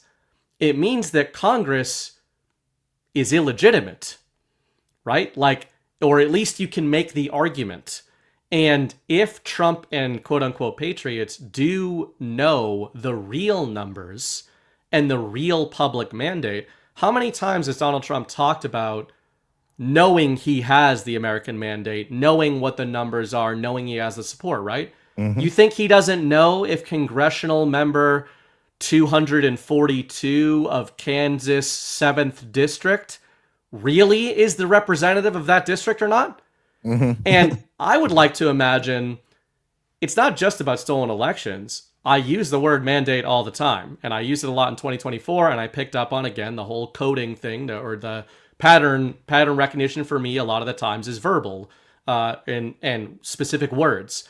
And Trump kept saying it's a mandate election. And I know that terminology is used in the political sphere to mean like, hey, somebody who really has the will of the people. But I think he's being quite literal. And I would like to imagine that in the real Oval Office or in the skiff under it, they've got their board up there of the real congressional leaders, i.e. the ones who actually have the mandate of their districts, even if they don't like those people, right? There are probably some swamps creatures that do have the mandate, for what it's worth, of their specific district. Mm-hmm. That they're like, well, we got to kind of work with these people. It is what it is. Maybe AOC's one of them. Who knows? But then they know all these other ones that I wonder if those are the ones that not only do they kind of go in there with the red binder and be like, listen, here's the deal, if they have to. But more so, I think it's kind of why Trump has this air of disdain and dismissal about Congress. It's funny how you started that because you talked about one of the things I've been thinking about recently, which is in an ideal world, we kind of are programmed as Americans to believe in these co-equal branches and everything. But I think Trump's dismissal of these branches is kind of at odds with that. Mm-hmm. And yet, if you look at him literally and you're like, let's say he believes in public mandate, he believes in the will of the American people, and he is trying to execute it. To me, I trust that and believe that about him. And I don't think it's as simple as Trump thinks him just being king or emperor is going to be better for the American people. That probably isn't a good enough answer, even though it's mimetic and funny. I think the truth maybe is, no, he knows that the co-equal branches are a thing for a reason if those branches are indicative of the will of the American people. Yes. And, that's a difficult knot to untangle narratively, but it's just kind of how I see some of the way he talks about them, of saying like, yeah, I know I'm supposed to do this song and dance that I need you, but maybe one of the reasons he doesn't need them is not just because of executive orders, but it's more what you're talking about. If they are compromised and if they are illegitimate on a foundational level, who says he has to go through them or should go through them? Yeah, exactly. And just think, if President Trump does present evidence that I think all of us believe exists, that many of those people are illegitimate, what does that mean for their office that they're holding currently? Is there going to be a reckoning from the American people? Are they going to learn about specific offices that are currently being held by people who have no business being there because they were selected instead of being elected? Does President Trump offer them a choice, Kobayashi Maru sort of choice? Are you going to do the right thing and implement the agenda that I and the American people want to be implemented? Or are you going to stand in the way of that for your own self-preservation and then be exposed as a result? Because that exposure will then present to the American people exactly what they already know to be true, that you are not meant to be there. And then, of course, when this is ultimately implemented by hook or crook, because I'm going to make sure that it is, you will no longer hold that position. So, you've got a choice to make. And that is going to be, I think, an impossible choice for many of these people. But ultimately, people always say that, and I just said this in the chat to somebody, that Congress hates America. but they love themselves, right? I mean, do they love themselves more than they hate America? Do they hate America enough to destroy themselves? I don't think so. No, and that's actually an interesting point, because I often use the terminology true believers. You know, like there's even in like normie life, you'll talk to people. My wife and I use this kind of terminology when it's like, you kind of know if you run into a New England liberal, if you're dealing with just a New England liberal, and you're going to go easy on them and maybe not bring some shit up. Or sort if you're dealing with your heart interaction. Yeah. And just, I mean, that rarely works with me. I usually can't suppress the power level long enough. But at least I deal with those people more earnestly, and I just like speak my mind, but I feel I'm having an actual exchange. Mm-hmm. Then there's people I call true believers, who are more like ideologues, right? And if you open up, like if you're one of my wife's friends or something, or a coworker, and you open up with like some sort of anti-white male, like MAGA or a bunch of Nazis type of thing, like we sort of have a policy now where it's like, if they start slinging it, I will respond. Like, I'm not going to open with it. But, you know, it's interesting you bring that up in light of the deep state themselves, because ironically, I agree with you, and I think that the illness of the true believer syndrome, the never Trump syndrome, is more relegated to the normie hive mind, like is more the result of people buying into the narrative theater of the establishment, whereas the establishment themselves, I don't think are true believers. I think they're very pragmatic, right? Yes. They are pragmatic career criminals who understand that this man presents an existential threat to them. So pragmatically, they would like him to be removed or to escape his wrath, you know, whichever one they think is more likely. But yeah, I that is probably something that a lot of us don't talk about or think about in the truth community a whole lot, because we think of these people as these psychopaths and everything, and they are, and they're evil, but they're also, to your point, self-serving. And it actually means that a lot of this ideology is not nearly as deep as people think it is. But yeah, I just thought of the irony is, for some of their followers, the people who buy into the propaganda, it actually does become an ideology, and it does become kind of a way of life. Yes, I mean, you take a look at some of the most ridiculous points that people are like hanging their hats on nowadays. Like, okay, boys playing as girls in girls' sports, okay? We have lived our entire lives knowing some very fundamental truths. One of them being that men are stronger than women, okay? And there is a ton of data to show that that is true, okay? And it's one of the reasons why people are so hell-bent about making sure that violence against women does not go unpunished, okay? You cannot be a husband who beats the living hell out of your wife and not have people look at you like you are the scum of the earth, okay? Even if your wife said something that was really messed up, okay? Yeah. You know, I mean, like, it's just not something you're going to get away with, and it's not the kind of thing that most men are going to let slide. You see a woman getting wailed on by a guy in public, and I think 9 times out of 10, men are going to run to her assistance, and then they're going to figure out exactly what's going on. It's the same reason that you don't have boys competing against girls in sports, because they have a competitive advantage. I do not for 1 second believe that the congressmen or even the hosts on CNN who will look at you and call a boy a girl and ask, you know, why can't we have these trans students competing against girls? I don't for a second think that they believe that what they're espousing is correct, that there is no competitive advantage for a boy competing against a girl, because a lifetime of experience would tell you different. I do think that they are simply parroting what they are being told needs to be said, and it's a pragmatic point of view for them to just go along with it because they don't want to be controversial or they don't want to be called a bigot. It is to ensure their own continuation in their career choice. And because there are enough people out there who have internalized that and believe that to be true, that they don't want to deal with all of the bullshit that comes along with it and standing up and saying, you know what, this is crazy.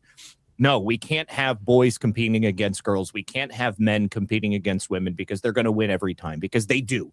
Every single time they win. But no, I think that they're just saying it. I don't think they actually believe it.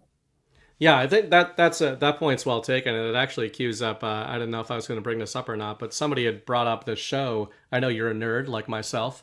Somebody in the chat earlier brought up the show A Night of the Seven Kingdoms. Yes. I have not watched the show yet, but I am familiar with the source material. I've read all the source material, and I have been told that the adaptation is very accurate to the source material. The reason this is making waves is because, sort of on a similar subject to this ideology you're talking about. Saw this headline tonight from Zero Hedge. Non-woke Game of Thrones spinoff explodes in popularity. We had Variety reporting, several sites reporting that it's a slam dunk in the ratings, which has been a little bit surprising to the industry. Part of why is because it didn't have a lot of promotion behind this show. Mm-hmm. The budget is way smaller than the original Game of Thrones series and the spin-off House of the Dragon, which I liked the first season, but it became very ideological and nihilistic in the second season. You could argue in the first two, but either way, this thing is killing it. And the most encouraging figure to me is if you look at the week-to-week ratings, there's like an exponential curve going up, which is a great sign that word of mouth is still a real thing. Yep. And, the reason that I thought of this in light of the men-women argument is that the radical thing that this show is doing, A Night of the Seven Kingdoms, is simply presenting a chivalrous knight in a tough world. Like, it's a dark world still that he's in, but it's literally just a guy acting as you would think a knight who swore an oath would act. Mm-hmm. He's trying to stand up for a woman's honor. There's an entire trial by combat that is specifically him fighting to the death in defense of a woman's honor against a prince. And it's, just that's one of those encouraging signs there. But the reason I thought of it is because you're talking about this. There's a pragmatism here, even when it seems like everything is soaked in ideology. And, in the culture war angle, one of the barriers, the mental barriers I've had a lot of trouble getting over with normies in my orbit is just getting them to understand that they didn't ruin Game of Thrones and Marvel and Star Wars because they're true believers. They ruined it to demoralize you. Mm-hmm. And, that is kind of a fusion point there in culture, I think. And the men and women thing you're talking about, I think, is the biggest example of that. They are demoralizing you, and that is rooted in ideology, but it is pragmatic, right? Mm-hmm. That's a pragmatic thing that an infiltration over invasion system participates in. Yes. Yuri Bezmenov. You can see it right there. Yeah. I mean, it's been playing out for quite some time. And, ultimately at the end of the day, society and the general plebs of America will be demoralized if they're successful, if it carries on to its ultimate conclusion. But those ivory tower elites at the top of the heap, the ones delivering the message and ensuring that we become demoralized, their lives continue as normal. And perhaps they even get wealthier, and things are just as good for them as they were at the beginning. So whatever they say, whatever comes out of their mouths, ultimately it doesn't matter. They're just reading off of the teleprompter, and they're acting out of their own self-preservation as only they can. You're in excellent position right now, because this is tonight, right now. As soon as I get off the air, I'm going to watch the season finale of A Night of the Seven Kingdoms, and you'll be able to watch, all 6 episodes all at once. Yeah, I've been waiting. Yeah, so at least 30 minutes, sometimes up to 40 minutes, and all of them are great. It has a totally different feel from the other Game of Thrones shows, and it is truly a representation of the best of the best a person can be. Dunk is a knight who may not even be a knight. You don't know. All you know is what he tells you. And what he shows is that the oath that a knight takes is absolute. Okay, I mean, to be a true knight, you have to behave in a certain way. You have to protect the innocent, and that's exactly what he does. And does it without fear. Well, maybe there's definitely fear, but he does it without reservation, I guess I should say.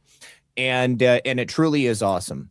Now, that's not to say that they didn't throw a couple of things in there that weren't in the book. I mean, you'll notice it when you see it, but it doesn't take away from it too much. And I think that ultimately it was a great example of what can happen if you just follow the source material. And they don't try to demoralize you. They don't try to humiliate Dunk any more than he's already perhaps humiliated in the books. And it is wonderful. It's absolutely a treat to watch, especially after all of the other Game of Thrones. Well, you know what's so interesting too is that even if they do try to subvert it, we don't have to outsource the future of our culture to these people and these gatekeepers.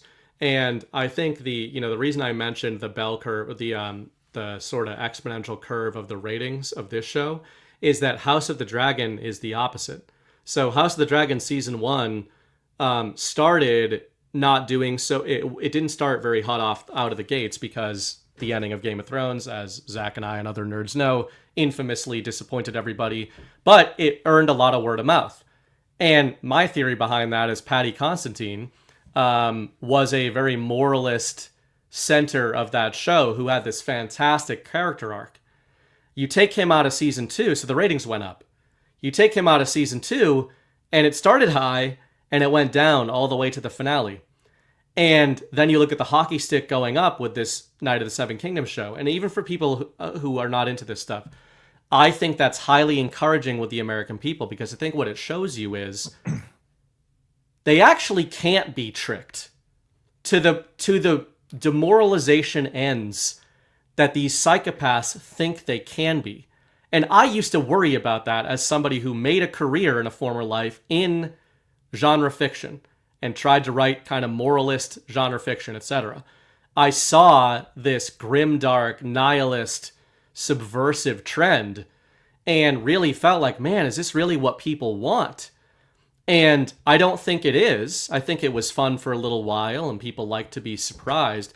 But I think the encouraging thing with these kind of trends, they demonstrate that even if they do try to subvert this show in season 2, people are going to leave.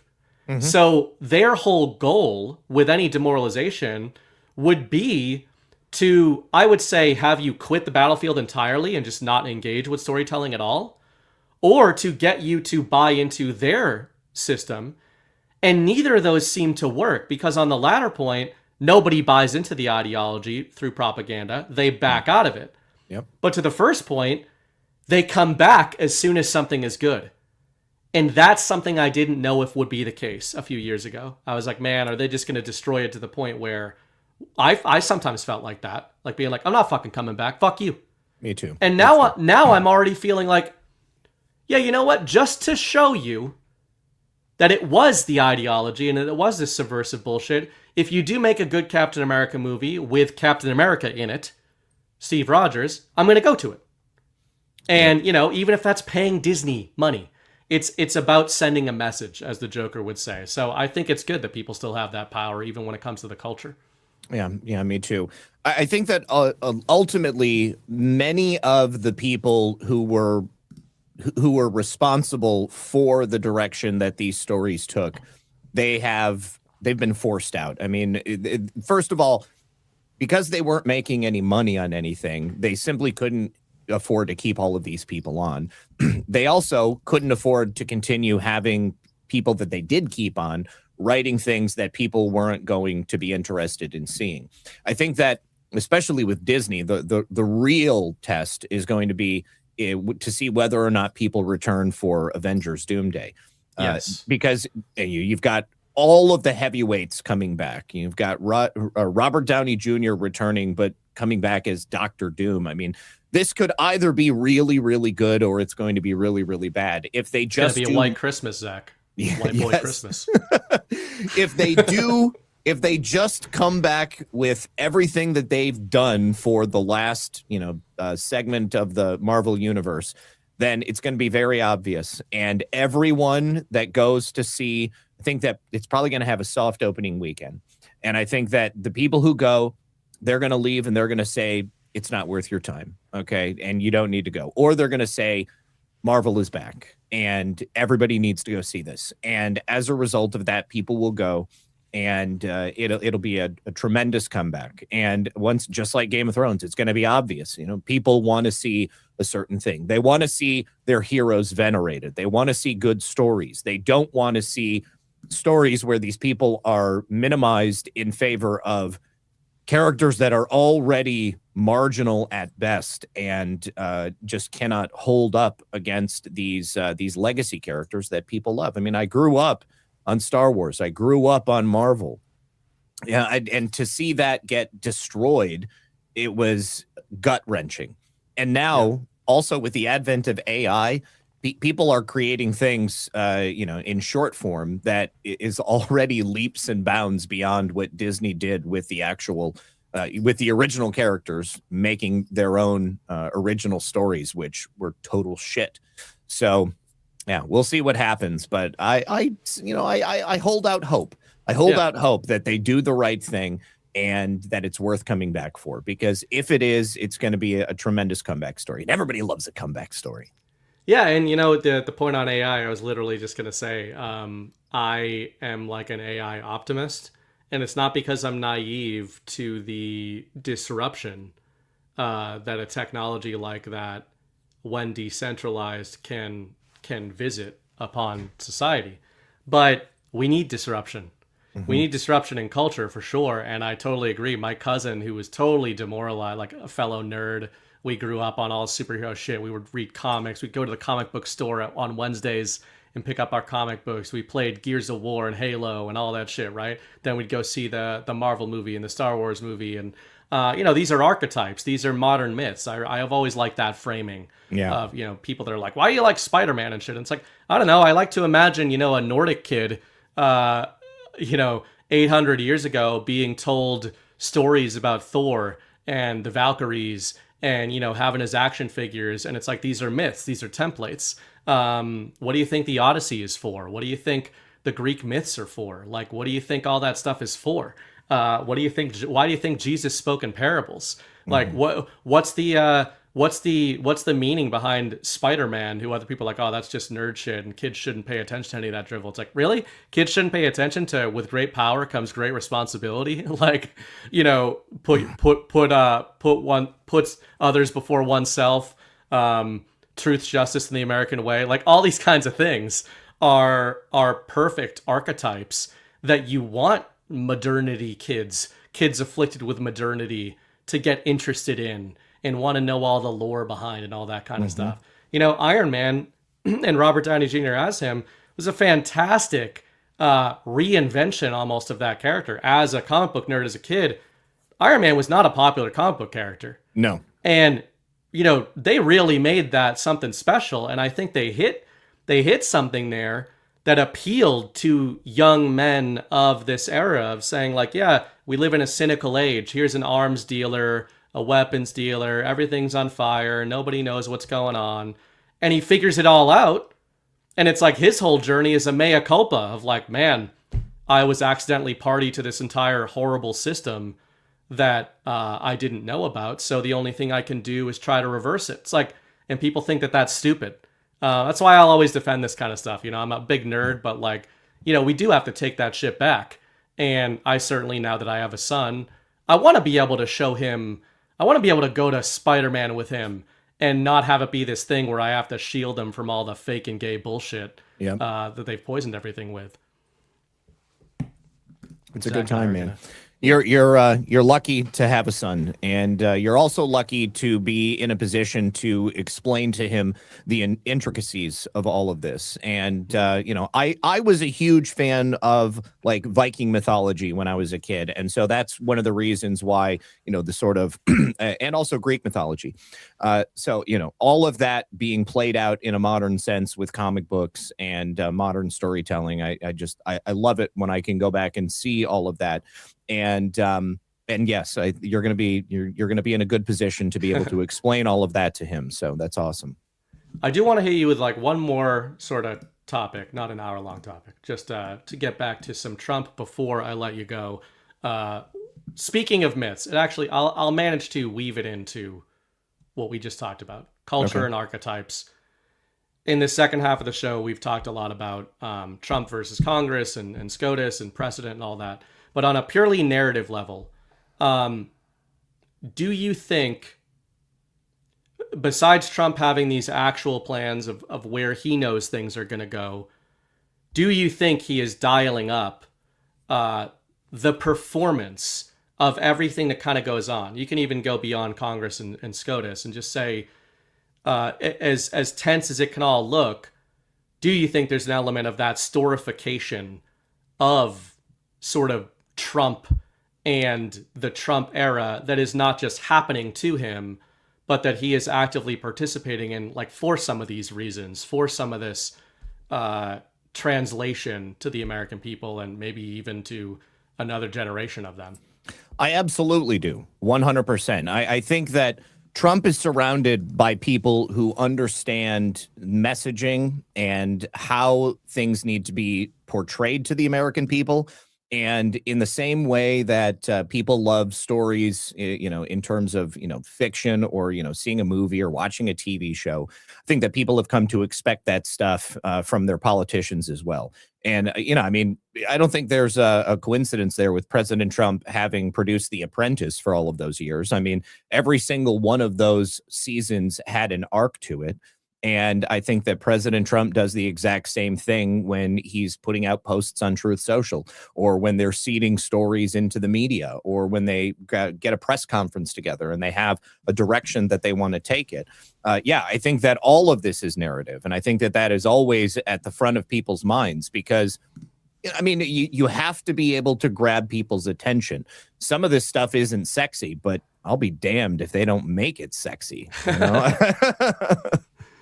Well, absolutely. It's so, in Ghost, speaking of some of these characters, Ghost uses the term Trumpomania all the time. Mm-hmm. And you just mentioned The Apprentice, which he talks about a lot on the Book of Trump, but it works, and I think maybe something I wonder about you, you've been around a long time. You've been in this stuff a long time. I've probably asked you this on the last couple times you were on the show in various ways, but I do wonder, both for you and for kind of the truth community that you've observed, do you think that that we've maybe misunderstood how the waking up the normies refrain works? That's something we've talked about. A lot of us have talked about that for years. Mm-hmm. And this is just making me this section about, Trump and the storification and the narrative. Do you think has how you see the awakening process coming through Trump and MAGA changed in the last few years at all, good or bad? I've always kind of seen it as a lot of people look at that as something that has to be crammed down people's throats. And I never thought that that was a successful tactic to use. My take has always been that people wake up at their own pace, and the information has to be there when people are ready to accept it. And I think that with the Epstein op, that's an excellent example of that, because for years, we couldn't really break through. I mean, the closest we got was Epstein didn't kill himself, but even people forgot about that and they moved on to other things. The information about Jeffrey Epstein, a lot of this stuff is not new. A lot of it has been released in part in, previous court documents and, the personal stories of survivors. So it took quite literally President Trump telling people not to pay attention to it, for many people to grab onto it and start to wake up. You know, I mean, with the fallout between him and Elon and the op that was played out with that was remarkably successful. I mean, you talk about spinning up a narrative. I mean, he did it beautifully. And they thought that they were going to use Epstein against President Trump. And he convinced them to use it against themselves. And in turn, that put it on the radar of a lot of people who previously said that the whole Epstein saga was essentially, you know, much ado about nothing. And once they thought that they could use it against Trump, they started looking into it. And people started realizing that just about everything we've talked about all these years that they dismissed was true, and that they just weren't ready to hear it. And so now, as a result of them finally getting to the point that they could absorb it, that they could internalize it, and that they could look at it with renewed perspective, it has woken them up. And, you know, I mean, I've been on the air for so long, and so many of you out there in the chat have been banging your heads against the wall and, you know, trying to get people to listen to this stuff and understand what it was you knew. But you can't force somebody to wake up. I mean, you can't make somebody do something they're not ready to do. And I guess I would say, you know, short answer is no, it hasn't changed, because I've always felt like people needed to come to this of their own accord, because that's the only way they would take it seriously. You know, I mean, you can lay evidence in front of somebody on a table, and if they don't want to read it, they're not going to read it. You can say it to them over and over again, and if they don't believe you, then they're not going to believe you. They have to see that one thing that catches their attention and then leads them to the next piece and to the next piece and to the next piece. And I think that we're seeing that play out right now. So I think it's perfect. I think it's exactly the way that it was going to go, that it needed to go. Yeah, that's well said. And I think that that's the one of the things I say in my writing is my goal is to provide logic-based positivity, logical hope. And I wrote in 2022, I think, it turns out that hope and logic, or hope is a lot more logical than we've been led to believe, I think. You know, I said at the start of the show, I consider you something of a radical optimist. It's funny because as much as some people can accuse us, you know, especially maybe on DPH, of dooming, I really resent that. I understand people do it, and, you know, we razz each other and all that. But people like Chris and John, the irony is, like, they're threat assessing threats to truth from their framing, right? And all the stuff we're talking about. And, you know, I think it's unfortunate that there's segments of the truth community that have kind of become gatekeepers to that stuff, because I actually think gatekeepers about talking about important things like this. And, you know, I think it actually dovetails into what you just said, because I think there's almost a strange, what's the word? Insecurity that I sense when people do that. You know, you can maintain, you've been doing your show forever, and maintain a very level-headed, honest approach while admitting you don't know everything that's going on. And like you said earlier in the show, being like, I actually don't know why Trump is doing this, and this might look bad, and that might look bad.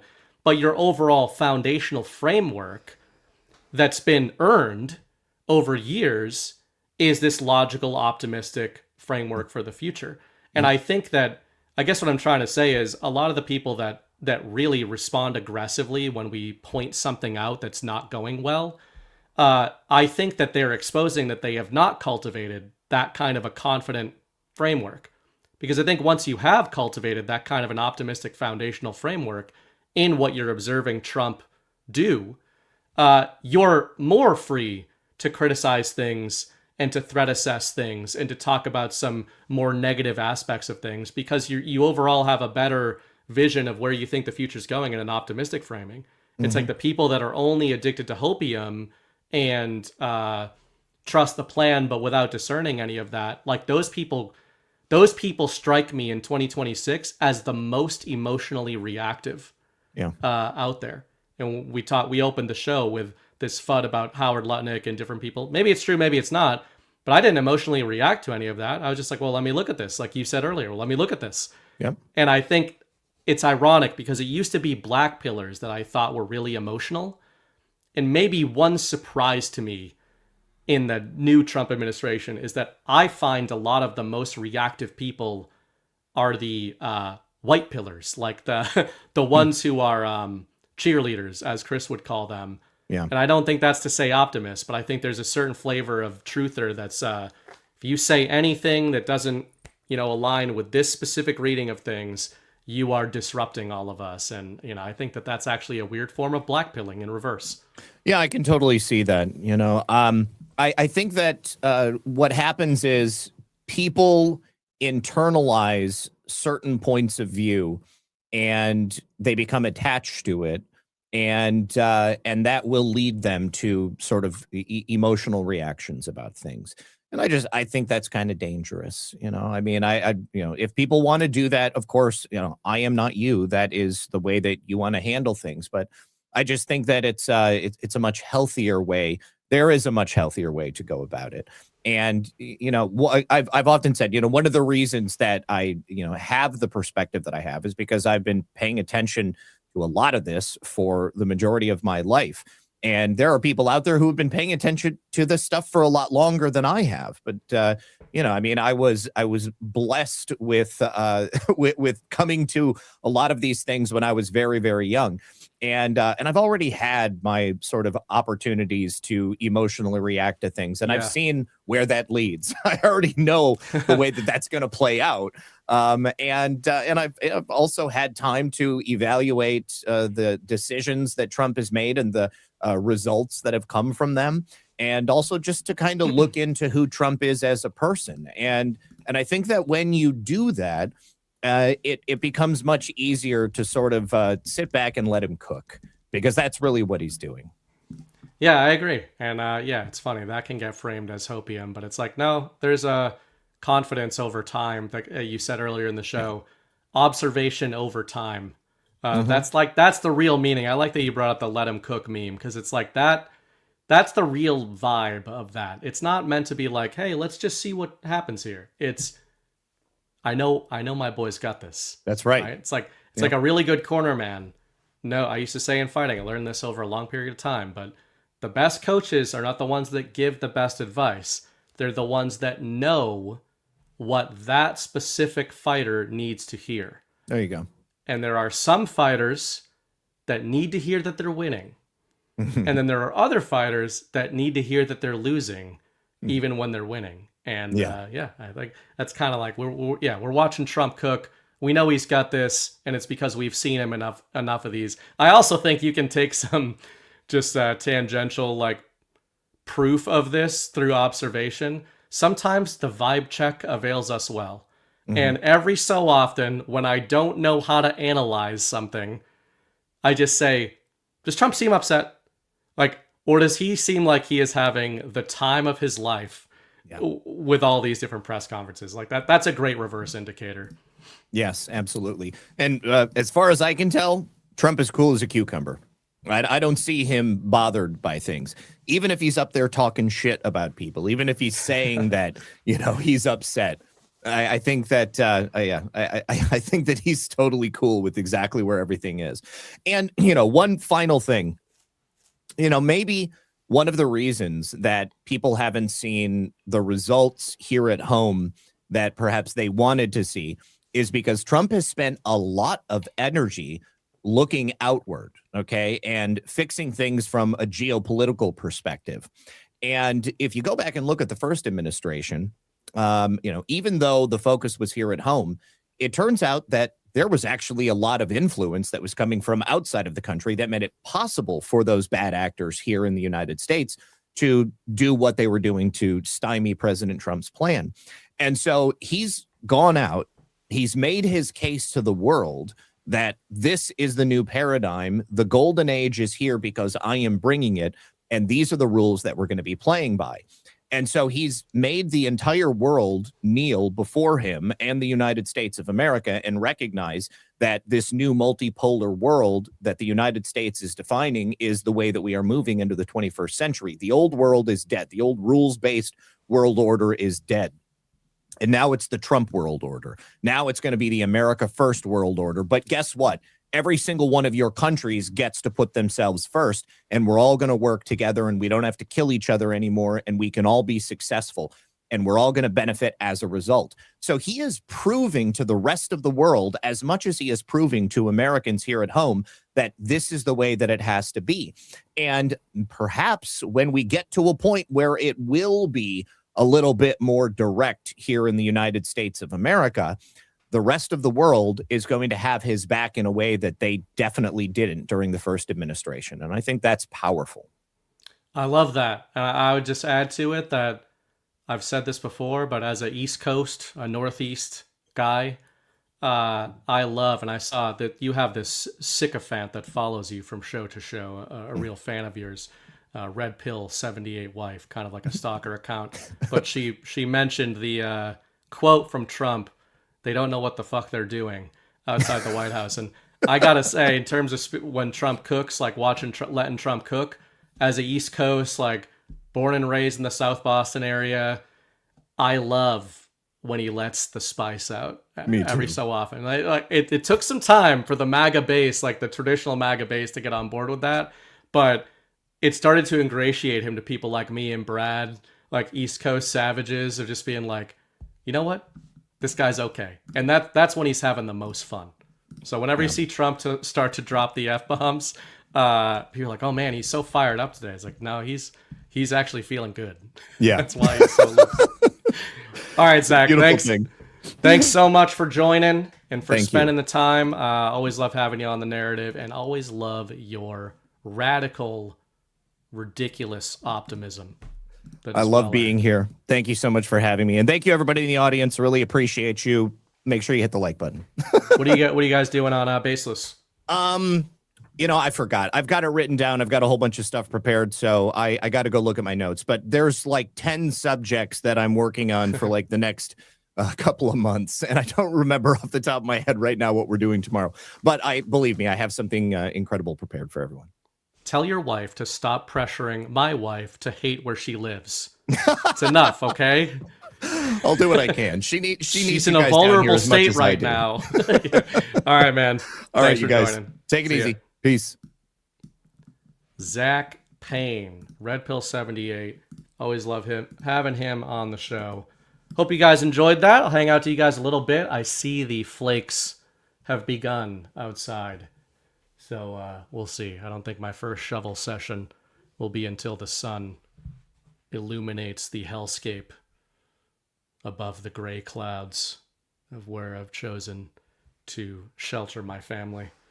But hey, my dog loves it. My Siberian German Shepherd wolf boy just thinks it's the greatest when we have blizzard conditions and 2 feet of snow. Hope you guys enjoyed that. I'm going to hang out just a little bit. If you want to send a rant over, you are welcome to do so. I'll hit a couple of those, and believe we will have a final little check-in from our friends over at Rumble that I will grab if they so desire. It wasn't working earlier. Sometimes their stuff doesn't work, but you know, when it does, we like to thank them for thanking us. It is working. So we are brought to you, after all, by Rumble themselves, and specifically the Rumble wallet. They can freeze your account, they can shut off your cards, lock you out of your own money overnight. Banks don't protect you, they control you. That's why real financial freedom starts with ownership. Introducing Rumble Wallet, a non-custodial wallet built for people who refuse to give up control. With Rumble Wallet, you don't just buy digital currency like Bitcoin and Tether. You can own Tether Gold, real gold on the blockchain. Through Tether Gold, you get direct ownership of physical gold bars, each one fully allocated, verifiable by serial number, purity, and weight. This isn't paper gold. It's not an IOU. It's real gold without bank vaults, storage fees, or gatekeepers. You can buy, sell, or move it 24 hours a day, 7 days a week, even when traditional gold markets are closed. And if you want, Tether Gold can be redeemed for physical. That's power. When you support creators on Rumble, you can tip them directly using the Rumble wallet, peer-to-peer and outside the banking system. No permissions, no middlemen, no cancel button. The wallet is yours forever. And can confirm some of you guys have tipped us some sats every so often using the Rumble wallet. It's actually kind of funny that they're a sponsor right now too, because speaking of Howard Lutnick and his fund are heavily involved in sort of supporting the Tether ecosystem. Tether ecosystem is obviously literally being fused with Rumble Tech, and Rumble Tech powers TMTG Tech and the servers behind True Social. There's a lot of synergies there that are really hard to ignore. This is some of the stuff G-Money talks about that people think he's crazy about. But, you know, yeah, does it also color my more white-pilled, optimistic reading of a guy like Howard Lutnick and his intentions? Yes, it does.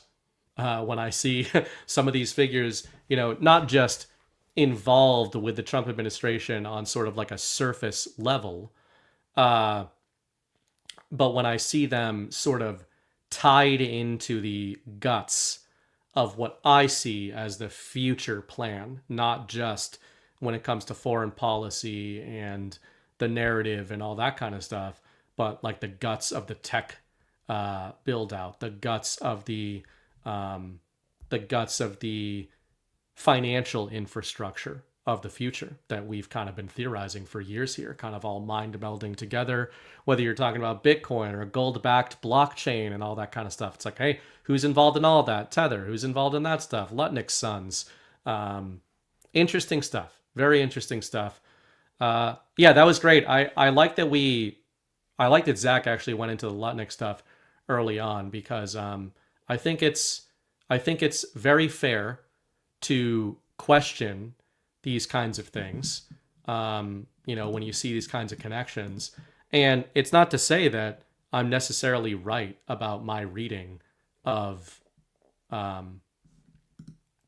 Lutnick's intentions or his origins or his reactions in interviews to 9/11 and all that kind of stuff. You know, mileage varies there. There's people that think he's full of shit and acting and all the rest of it. But I try to be consistent. I try to be consistent, first of all, with saying I do not know what the truth is with these figures and where things are going. But I also try to be consistent with when we have a pretty good track record on the macro with these things, on trend lines. And, you know, I've really tried to develop. I know a lot of people follow my writing. Some don't. If you guys want to, you should go to burningbright.substack.com and badlands.substack.com. I heavily participate over there. I'm the managing editor over there. And I try to write things in a different way than I speak about them, because my mind works very differently doing those two things. But in writing in particular, I've really tried to create what I call cognitive ciphers. And I really do try to apply those to what we're looking at. So, you know, when I'm coming onto a show and saying, hey, you know, I have kind of this reading about Howard Lutnick, I might not be right about it, but I am coming to that having applied those ciphers that a lot of you guys like and a lot of you guys kind of carry around in your pocket to apply to some of these things. Some of the ciphers I write down and name don't end up being things I really apply long term like I thought I would. You know, maybe they were relevant in a specific moment, but I don't end up applying them in the future. Then there's other sort of templates and sort of thought ciphers, again, that the reason I call something a cipher is when you can apply it as a macro to future narrative deployments. And obviously my specialty is narrative deployments, right? I think you can learn a lot about the actual from the narrative. My guest last week, Chris Paul, episode 58, The War of Stories, was all about that. Chris firmly forwards the same rhetoric I do. That's not just that the narrative is important or as important as the actual, but that it is significantly more important, and that it creates the actual. And as Chris wrote in Chicken Egg Chicken on his Substack a week and a half ago, it precedes the actual most of the time, if not all of the time. Once you understand that, you can reverse engineer the process. So I've been using terminology for several years, as you guys have followed me when I use the term reverse indicator, right? Reverse indicator, negative indicator. It's not where you start your analysis, as I say, like a broken record. It's not where you end your analysis, but it's a great place to start it. So Howard Lutnick deployment, right? When I see full-scale weaponization of the media industrial complex, which I firmly include the conning influencer sphere in the media industrial complex. They're the new gatekeepers. They're the new mainstream media, which is something Chris Paul's been saying forever, and John has been commenting on in terms of media reach being limited and the wrong kind of people being amplified. When you see the full-scale weaponization of the narrative machine that all of you know has been weaponized against Donald Trump and his agenda for over a decade, for some truthers to immediately jump on, well, hold on, maybe Howard Lutnick is a bad guy and he's been piloting the Trump administration this whole time and he's trying to influence Trump and he's a Zionist and this and that. Maybe. That doesn't reflect very well on Donald Trump, does it? So you got to evaluate that premise. And then on the other end, why would the media industrial complex go full scale against this guy?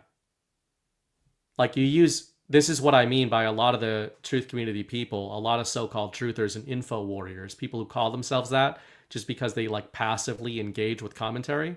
What I really like about the Badlands audience, and I'm not blowing smoke, you guys know this, if you're still here, is they're active digital soldiers, active info warriors, not just cheerleaders, which means they apply other people's cognitive ciphers to the info war, or they create their own and apply those, and then sort of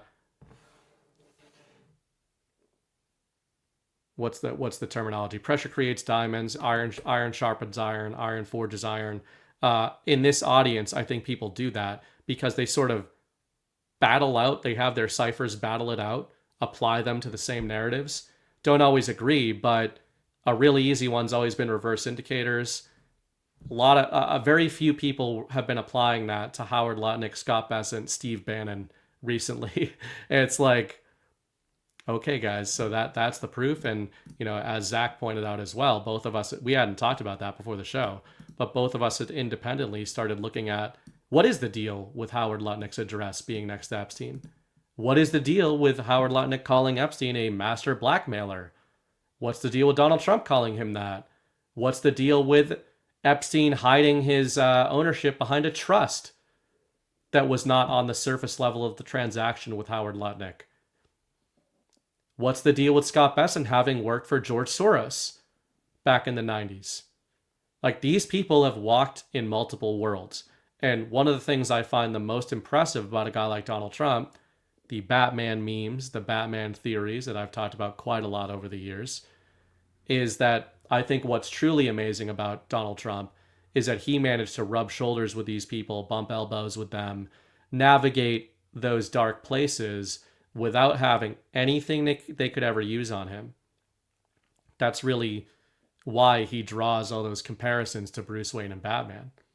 But as Zak said earlier in the show, we need to be able to apply that same cipher to other guys in his orbit and say, hey, maybe Howard Lutnick was compromised, but that doesn't necessarily mean he's bad. It could mean that he was compromised. Maybe Howard Lutnick is not calling Epstein a blackmailer, a master blackmailer, because he heard that about him. Maybe he's calling him that because he was victimized by him in that manner, or, you know, caught unawares. Who knows? I don't know what the truth is there. But again, I find it interesting. The other thing I would say, besides using a reverse indicator, is I always look at I look at things through narrative time, right? So February 15th, pick your date. I don't know what date it was. The hit pieces, the Epstein, take down Howard Lutnick because of the Epstein op. I've been calling it a burn card. They're using burn cards. Prince Andrew was a burn card. So, okay, who's the target? Who's the target of the regime op over the last week or two? Howard Lutnick. Why is Howard Lutnick a target? Should be your first question. Then you go back through like, okay, well, if they did want him out of there, why would they want him out of there? A second order effect is embarrassing the Trump administration. Why do they want him out of there? Oh, did you guys know that he's the one who supposedly came up with the tariff policy? Did you know that he's the one behind the data center deals? Did you know he's the one that negotiated the deal that just got announced Thursday or Friday about Japan investing however many tens of billions into the new plants, the new natural gas facilities in the US, and then something like 500 billion to follow that? I'm not saying you needed Lutnick for all that, but he's been the guy at the table for all those things. his main driver of the administration has been tariffs, workarounds at the Supreme Court, AI accelerationism through semiconductor push. He's basically revitalized the CHIPS Act, which you guys know we've been talking about on Badlands since it started. Howard Lutnick is basically piloting that. And energy, domestic energy. So he's like running point on domestic energy production, domestic semiconductor manufacturing, AI, and Bitcoin, which is going to be a huge part of the future, decentralization, and tariffs to get the burden of the Golden Age transition off the American people. Again, I don't think you needed him for that stuff, but if you believe Trump, he's the one who came up with a lot of that stuff, or at least has been a prime driver of a lot of that, just like Scott Bessent has been clearly a massive part of the engineering of what I see as a controlled demolition of the petrodollar system and the central banking apparatus, sort of divesting, I guess, in some ways, separating the Treasury and the Fed, ironically, by separating the sins of the Treasury and the Fed by sort of folding the Fed into the Treasury. We know that Donald Trump was involved in that in his first term. But if you're looking for who's sort of dismantling the architecture of the global banking system, the global banking system is basically being both demolished and re-engineered, reverse engineered by Scott Bessent, because he's an expert in it. He's a demolitions expert when it comes to currencies and banks, by extension, global banks. And then Howard Lutnick is essentially the demolitions expert when it comes to global trade and trade imbalances, which is a huge part of, I talk about the Sovereign Alliance all the time. Well, before you can build the new multipolar system, the sovereign system, you need to dismantle the old system. And since we're so hooked into the old system, the old matrix, you need to do that very carefully. That's why these guys are really more like, they're more like disarming a matryoshka of systemic bombs, economic and trade bombs that are just intertwined. You can't just rip these things out, or you'll rip the nerve endings out of everything. You'll rip the guts out of the American economy if you just go cold turkey and cut. You can't do something like that. You know, like I'm somebody who's had a bunch of surgeries from my old fighting days, and I've got a titanium mesh in me. I've got I'm missing stuff up in my neck. You can't just go in there and take it out. Like, you got to be really careful with that shit, right? You go in there and take a titanium mesh out, and you're going to like kill me if you don't do it carefully. And obviously there's other people with way more intricate examples of that. So I think that's kind of what we're looking at. We're looking at Trump leading a team of economic and logistics surgeons, financial, economic, and logistics surgeons who are going in and attempting to disentangle a Frankensteinian monster that has become of the U.S., where the U.S. is still very strong, very powerful, and it can be revived. But if you rip the systemic components out of that creature, out of that monster that's become of the U.S., you kill it. So Trump is leading a team. And he's leading a team, as I said earlier in the episode, of people with a very particular set of skills. I think each one of them has a very particular set of skills. I don't know what's in their hearts. I don't know what's in their closets. But I try to look at the net effects. And again, it will always avail you well to look at what the enemy is attacking the most. And usually that's something that they fear. They want separation between Donald Trump and what I call his A-team. I may live to learn from these words. I would say regret these words, but I may live to learn from them and be like, wow, I had that read wrong. Maybe he was just using Bessent and Lutnick as shields and Bannon too. And, you know, this is a lot more complicated than even I thought. But that's my read on it. That's how I see these things. And I just think I'm seeing so many people in the MAGA world and InfoWar world, Truther world. Maybe it's just the stuff that's being amplified the most, which is why you guys can sense sometimes people like me and John get frustrated, you know, in this if we feel like we're being suppressed, or even if we're not being suppressed, maybe we feel like some other messaging is getting really amplified in the digital battle space. It's kind of this kind of amplification. I think it's totally okay to sit down and ask a bunch of questions about Howard Lutnick and Jeffrey Epstein. But when you're saying that this is all about the deed and the address, and then at the same breath you're saying, Jeffrey Epstein ran a honeypot, ran the most successful and subversive honeypot operation ever. Like, yeah. Well, don't you think that some of the people Donald Trump wants to use were caught up in some of that stuff? I wrote this a couple of weeks ago, the Temple series, the honeypot hoax on the Temple trap and the Door of Doors. And thank you for the response to this. By the way, my last two articles in particular, two of my last three articles, I really thought were going to be very controversial. And they were not, which is good and bad. The bad thing is we're in a little bit more of a bubble. I think it's a really based and awesome bubble in the Badlands audience and even in my readership and viewership. It's people that like to engage with these kind of topics. So obviously that makes sense. You probably wouldn't be subscribed to me if you thought my viewpoints were radical in the wrong ways. So there's that. But the good part about that is that I think that way more people in this audience are on the same page of how we look at these things than sometimes it feels like to us. And I know that for you guys, sometimes that can be frustrating probably, because you're like sitting there going, yeah, we've been saying the same thing, or I've been thinking the same thing, or chatting the same thing, or commenting the same thing, same types of things. We do see that stuff. It's just that we deal with obviously a lot of subversion and amplification of other things, which can be frustrating to watch.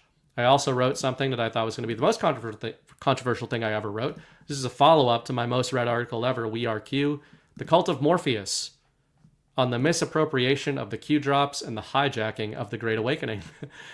This is not meant to be a condemnation of the Q drops. It's actually meant to be a defense of how I used them, and how I know many of you use them, and how many of my friends continue to use them.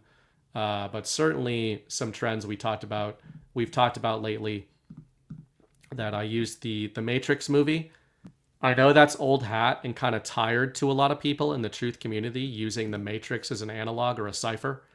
But I think you guys will dig this one. If you like this conversation tonight, and if you like my little section there on ciphers and cognitive ciphers, this is kind of my cipher for the Great Awakening and for the Q drops in particular, and how I engage with it, how I engaged with it in real time, and how I now engage with it based on what I've learned from it, good, bad, and everything in between. I do not think most people that reference the Matrix understand it beyond a surface level. And I think it can be eye-opening. It certainly was for me to sort of really deep dive back into Morpheus, Neo, the crew of the Nebuchadnezzar, what is the Matrix, and who is Cypher, by the way, and why is he the worst character in the Matrix? And that may provide you with some revelation as to, or some perspective as to why certain segments of the truth community earn the ire of people like me more so than the mainstream media. This article will give you some insight into that if you want to check it out. And my latest one, which inspired the name of this episode, is The Siege of Donald Trump.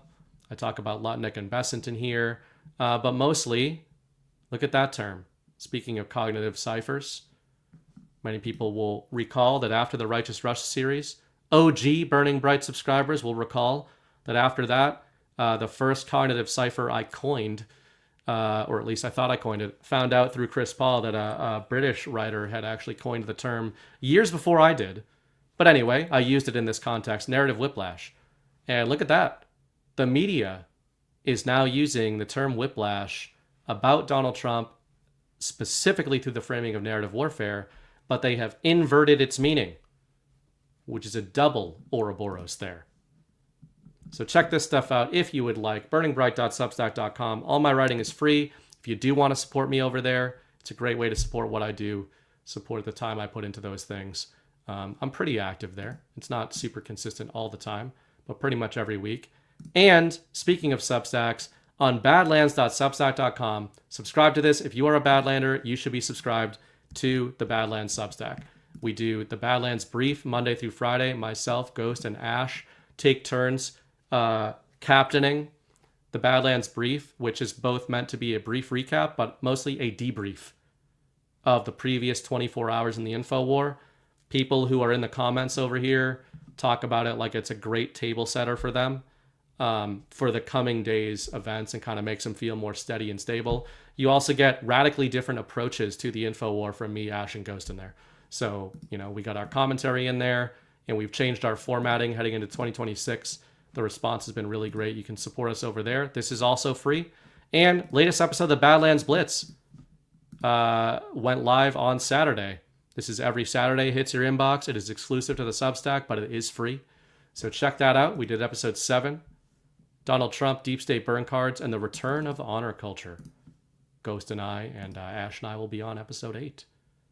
So do check that stuff out if you want. Support it if you want. Don't if you don't want. And I did see the comments, by the way, guys. Yes, I watched the gold medal game. I actually am running on almost no sleep because I did actually get up. I missed the first 5 minutes of the first period, but I did actually watch the whole game. We paused overtime.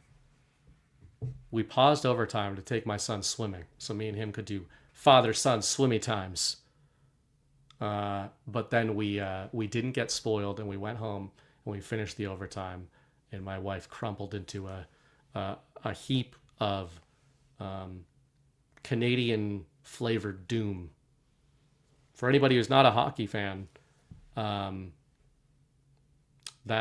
is arguable. I will say inarguably that Canadian team had the most talent possibly ever assembled on a sports team. That doesn't mean they all knew how to play together. Just purely talent for talent. That's the best hockey team ever assembled, I would comfortably say.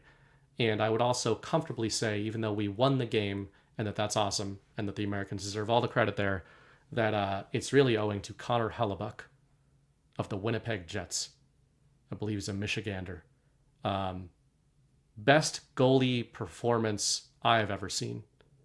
And he deserves a ton of credit. Along with local Massachusetts boy Matt Boldy with the first breakaway, not even breakaway goal through 3 Canadians to get that one. And then the Hughes brothers. Pretty sick. And rest in peace to Johnny Gaudreau. Johnny Hockey. Feel good story. Really cool to see the Americans pull out the gold. But yes, marriage, as far as I'm aware, is intact. I haven't checked on it in the last couple hours. But, Mrs. Bright and I have survived worse than that. Our marriage, our relationship has survived barely 3 Bruins-Leafs Game 7s. And isn't it ironic that the Toronto Maple Leafs captained the Americans to the win? Much to the chagrin of my Toronto family. So, anyway. Yeah, Matt Boldy. Son of a cop. Son of a local cop. An Attleboro cop. Which I didn't even know that until this morning, so that's pretty cool. A lot of BC boys there. A lot of Boston College boy. The Bruins own Charlie McAvoy had a great tournament. And David Pastrnak had a great tournament with the Czechs. They almost got the Canadians out of there. And I will say, I felt a little bad that Crosby was not there, because whatever people think about Sidney Crosby, I sort of feel like he had a Tom Brady arc where he was the it boy, and then people kind of turned on him, including me. And then once his career is winding down, everyone's like, shit, Sidney Crosby is really, really good at this shit. So yeah, anyway, that's our little hockey minute. Tom Terrific54 sent $25 over for the cause. Thank you, Tom. Appreciate your support. Siesta Randy, let's get the party started. You guys are the best at what you do. Thank you for the support. And The New Prude, one of my favorite movies, is Sicario. Makes me think of what's happening in Mexico now. Quote, "This is what happens when you cut the head off a chicken." Very well said. And yes, Chris, Paul, and I did the movie Sicario on an episode of Story Hour.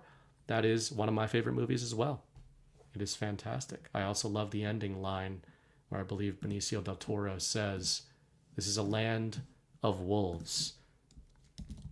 And before we get out of here, before we play the outro, I will hit you guys or gently massage you with one more sponsor tonight from our friends over at Rumble. As soon as we pull that up. And that is Rumble itself, specifically Rumble Premium. You've probably noticed Rumble's growing fast. It's not slowing down. They're building a real alternative to big tech that puts creators first and actually protects free speech. And now there's Rumble Premium, an easy way to upgrade your experience. With Premium, you get ad-free viewing across the platform. No pre-rolls, no interruptions, just the content you came for. Plus, Premium members unlock exclusive content like bonus videos, behind-the-scenes drops, and more from your favorite creators.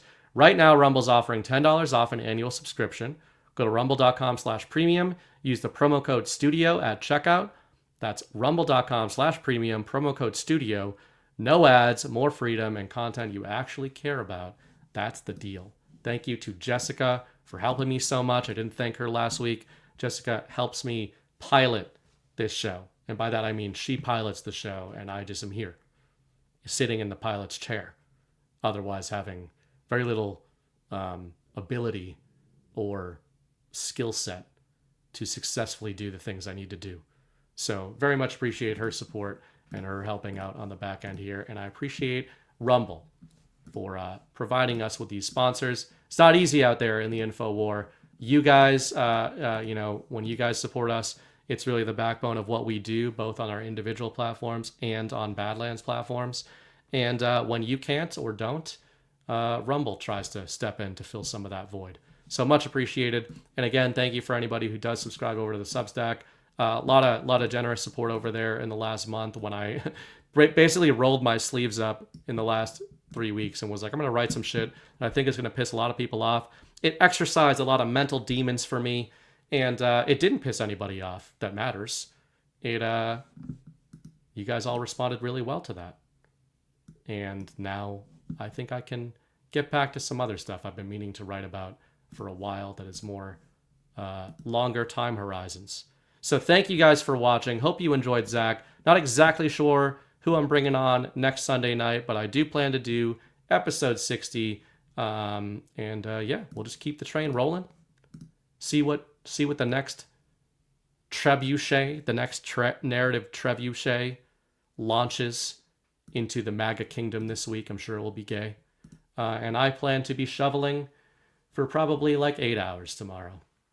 So good luck to everybody dealing with these storms. I will be decoding the storm while I am shoveling it.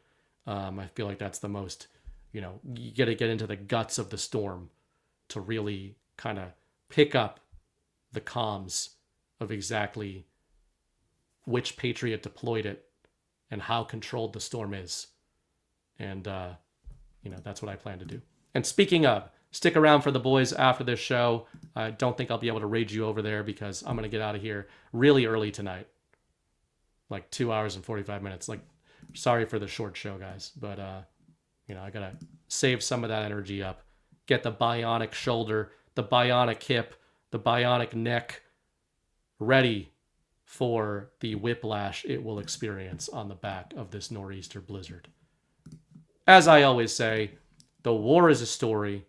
The story is a war. Act accordingly. See you guys next week.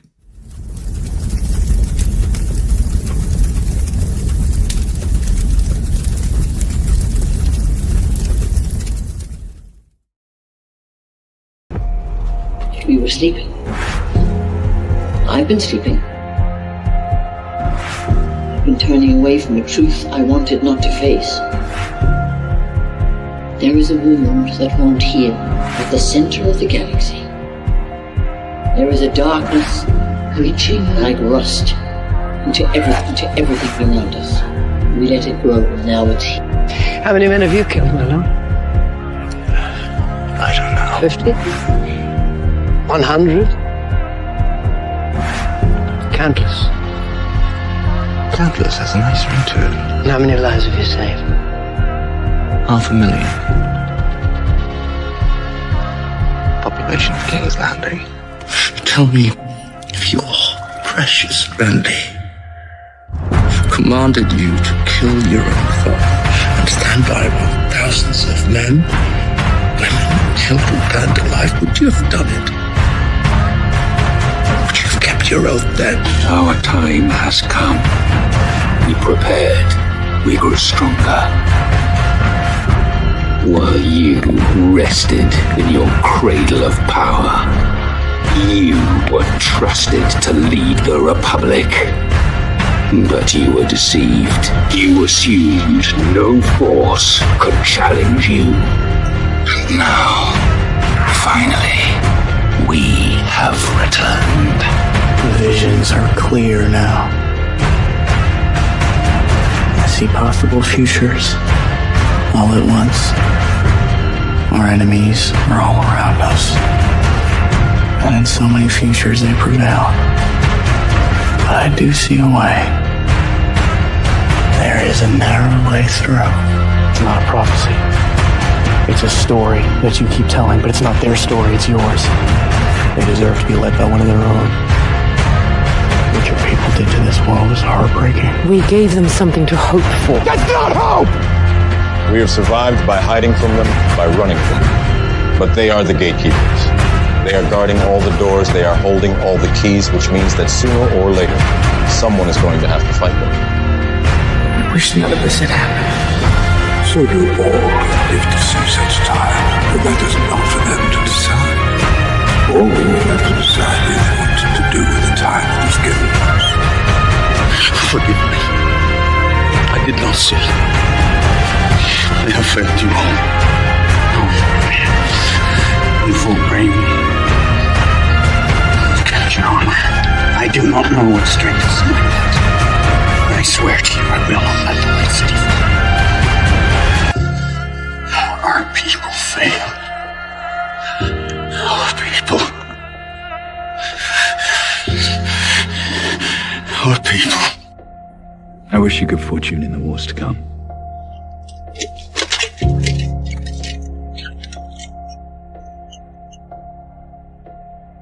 And now it begins.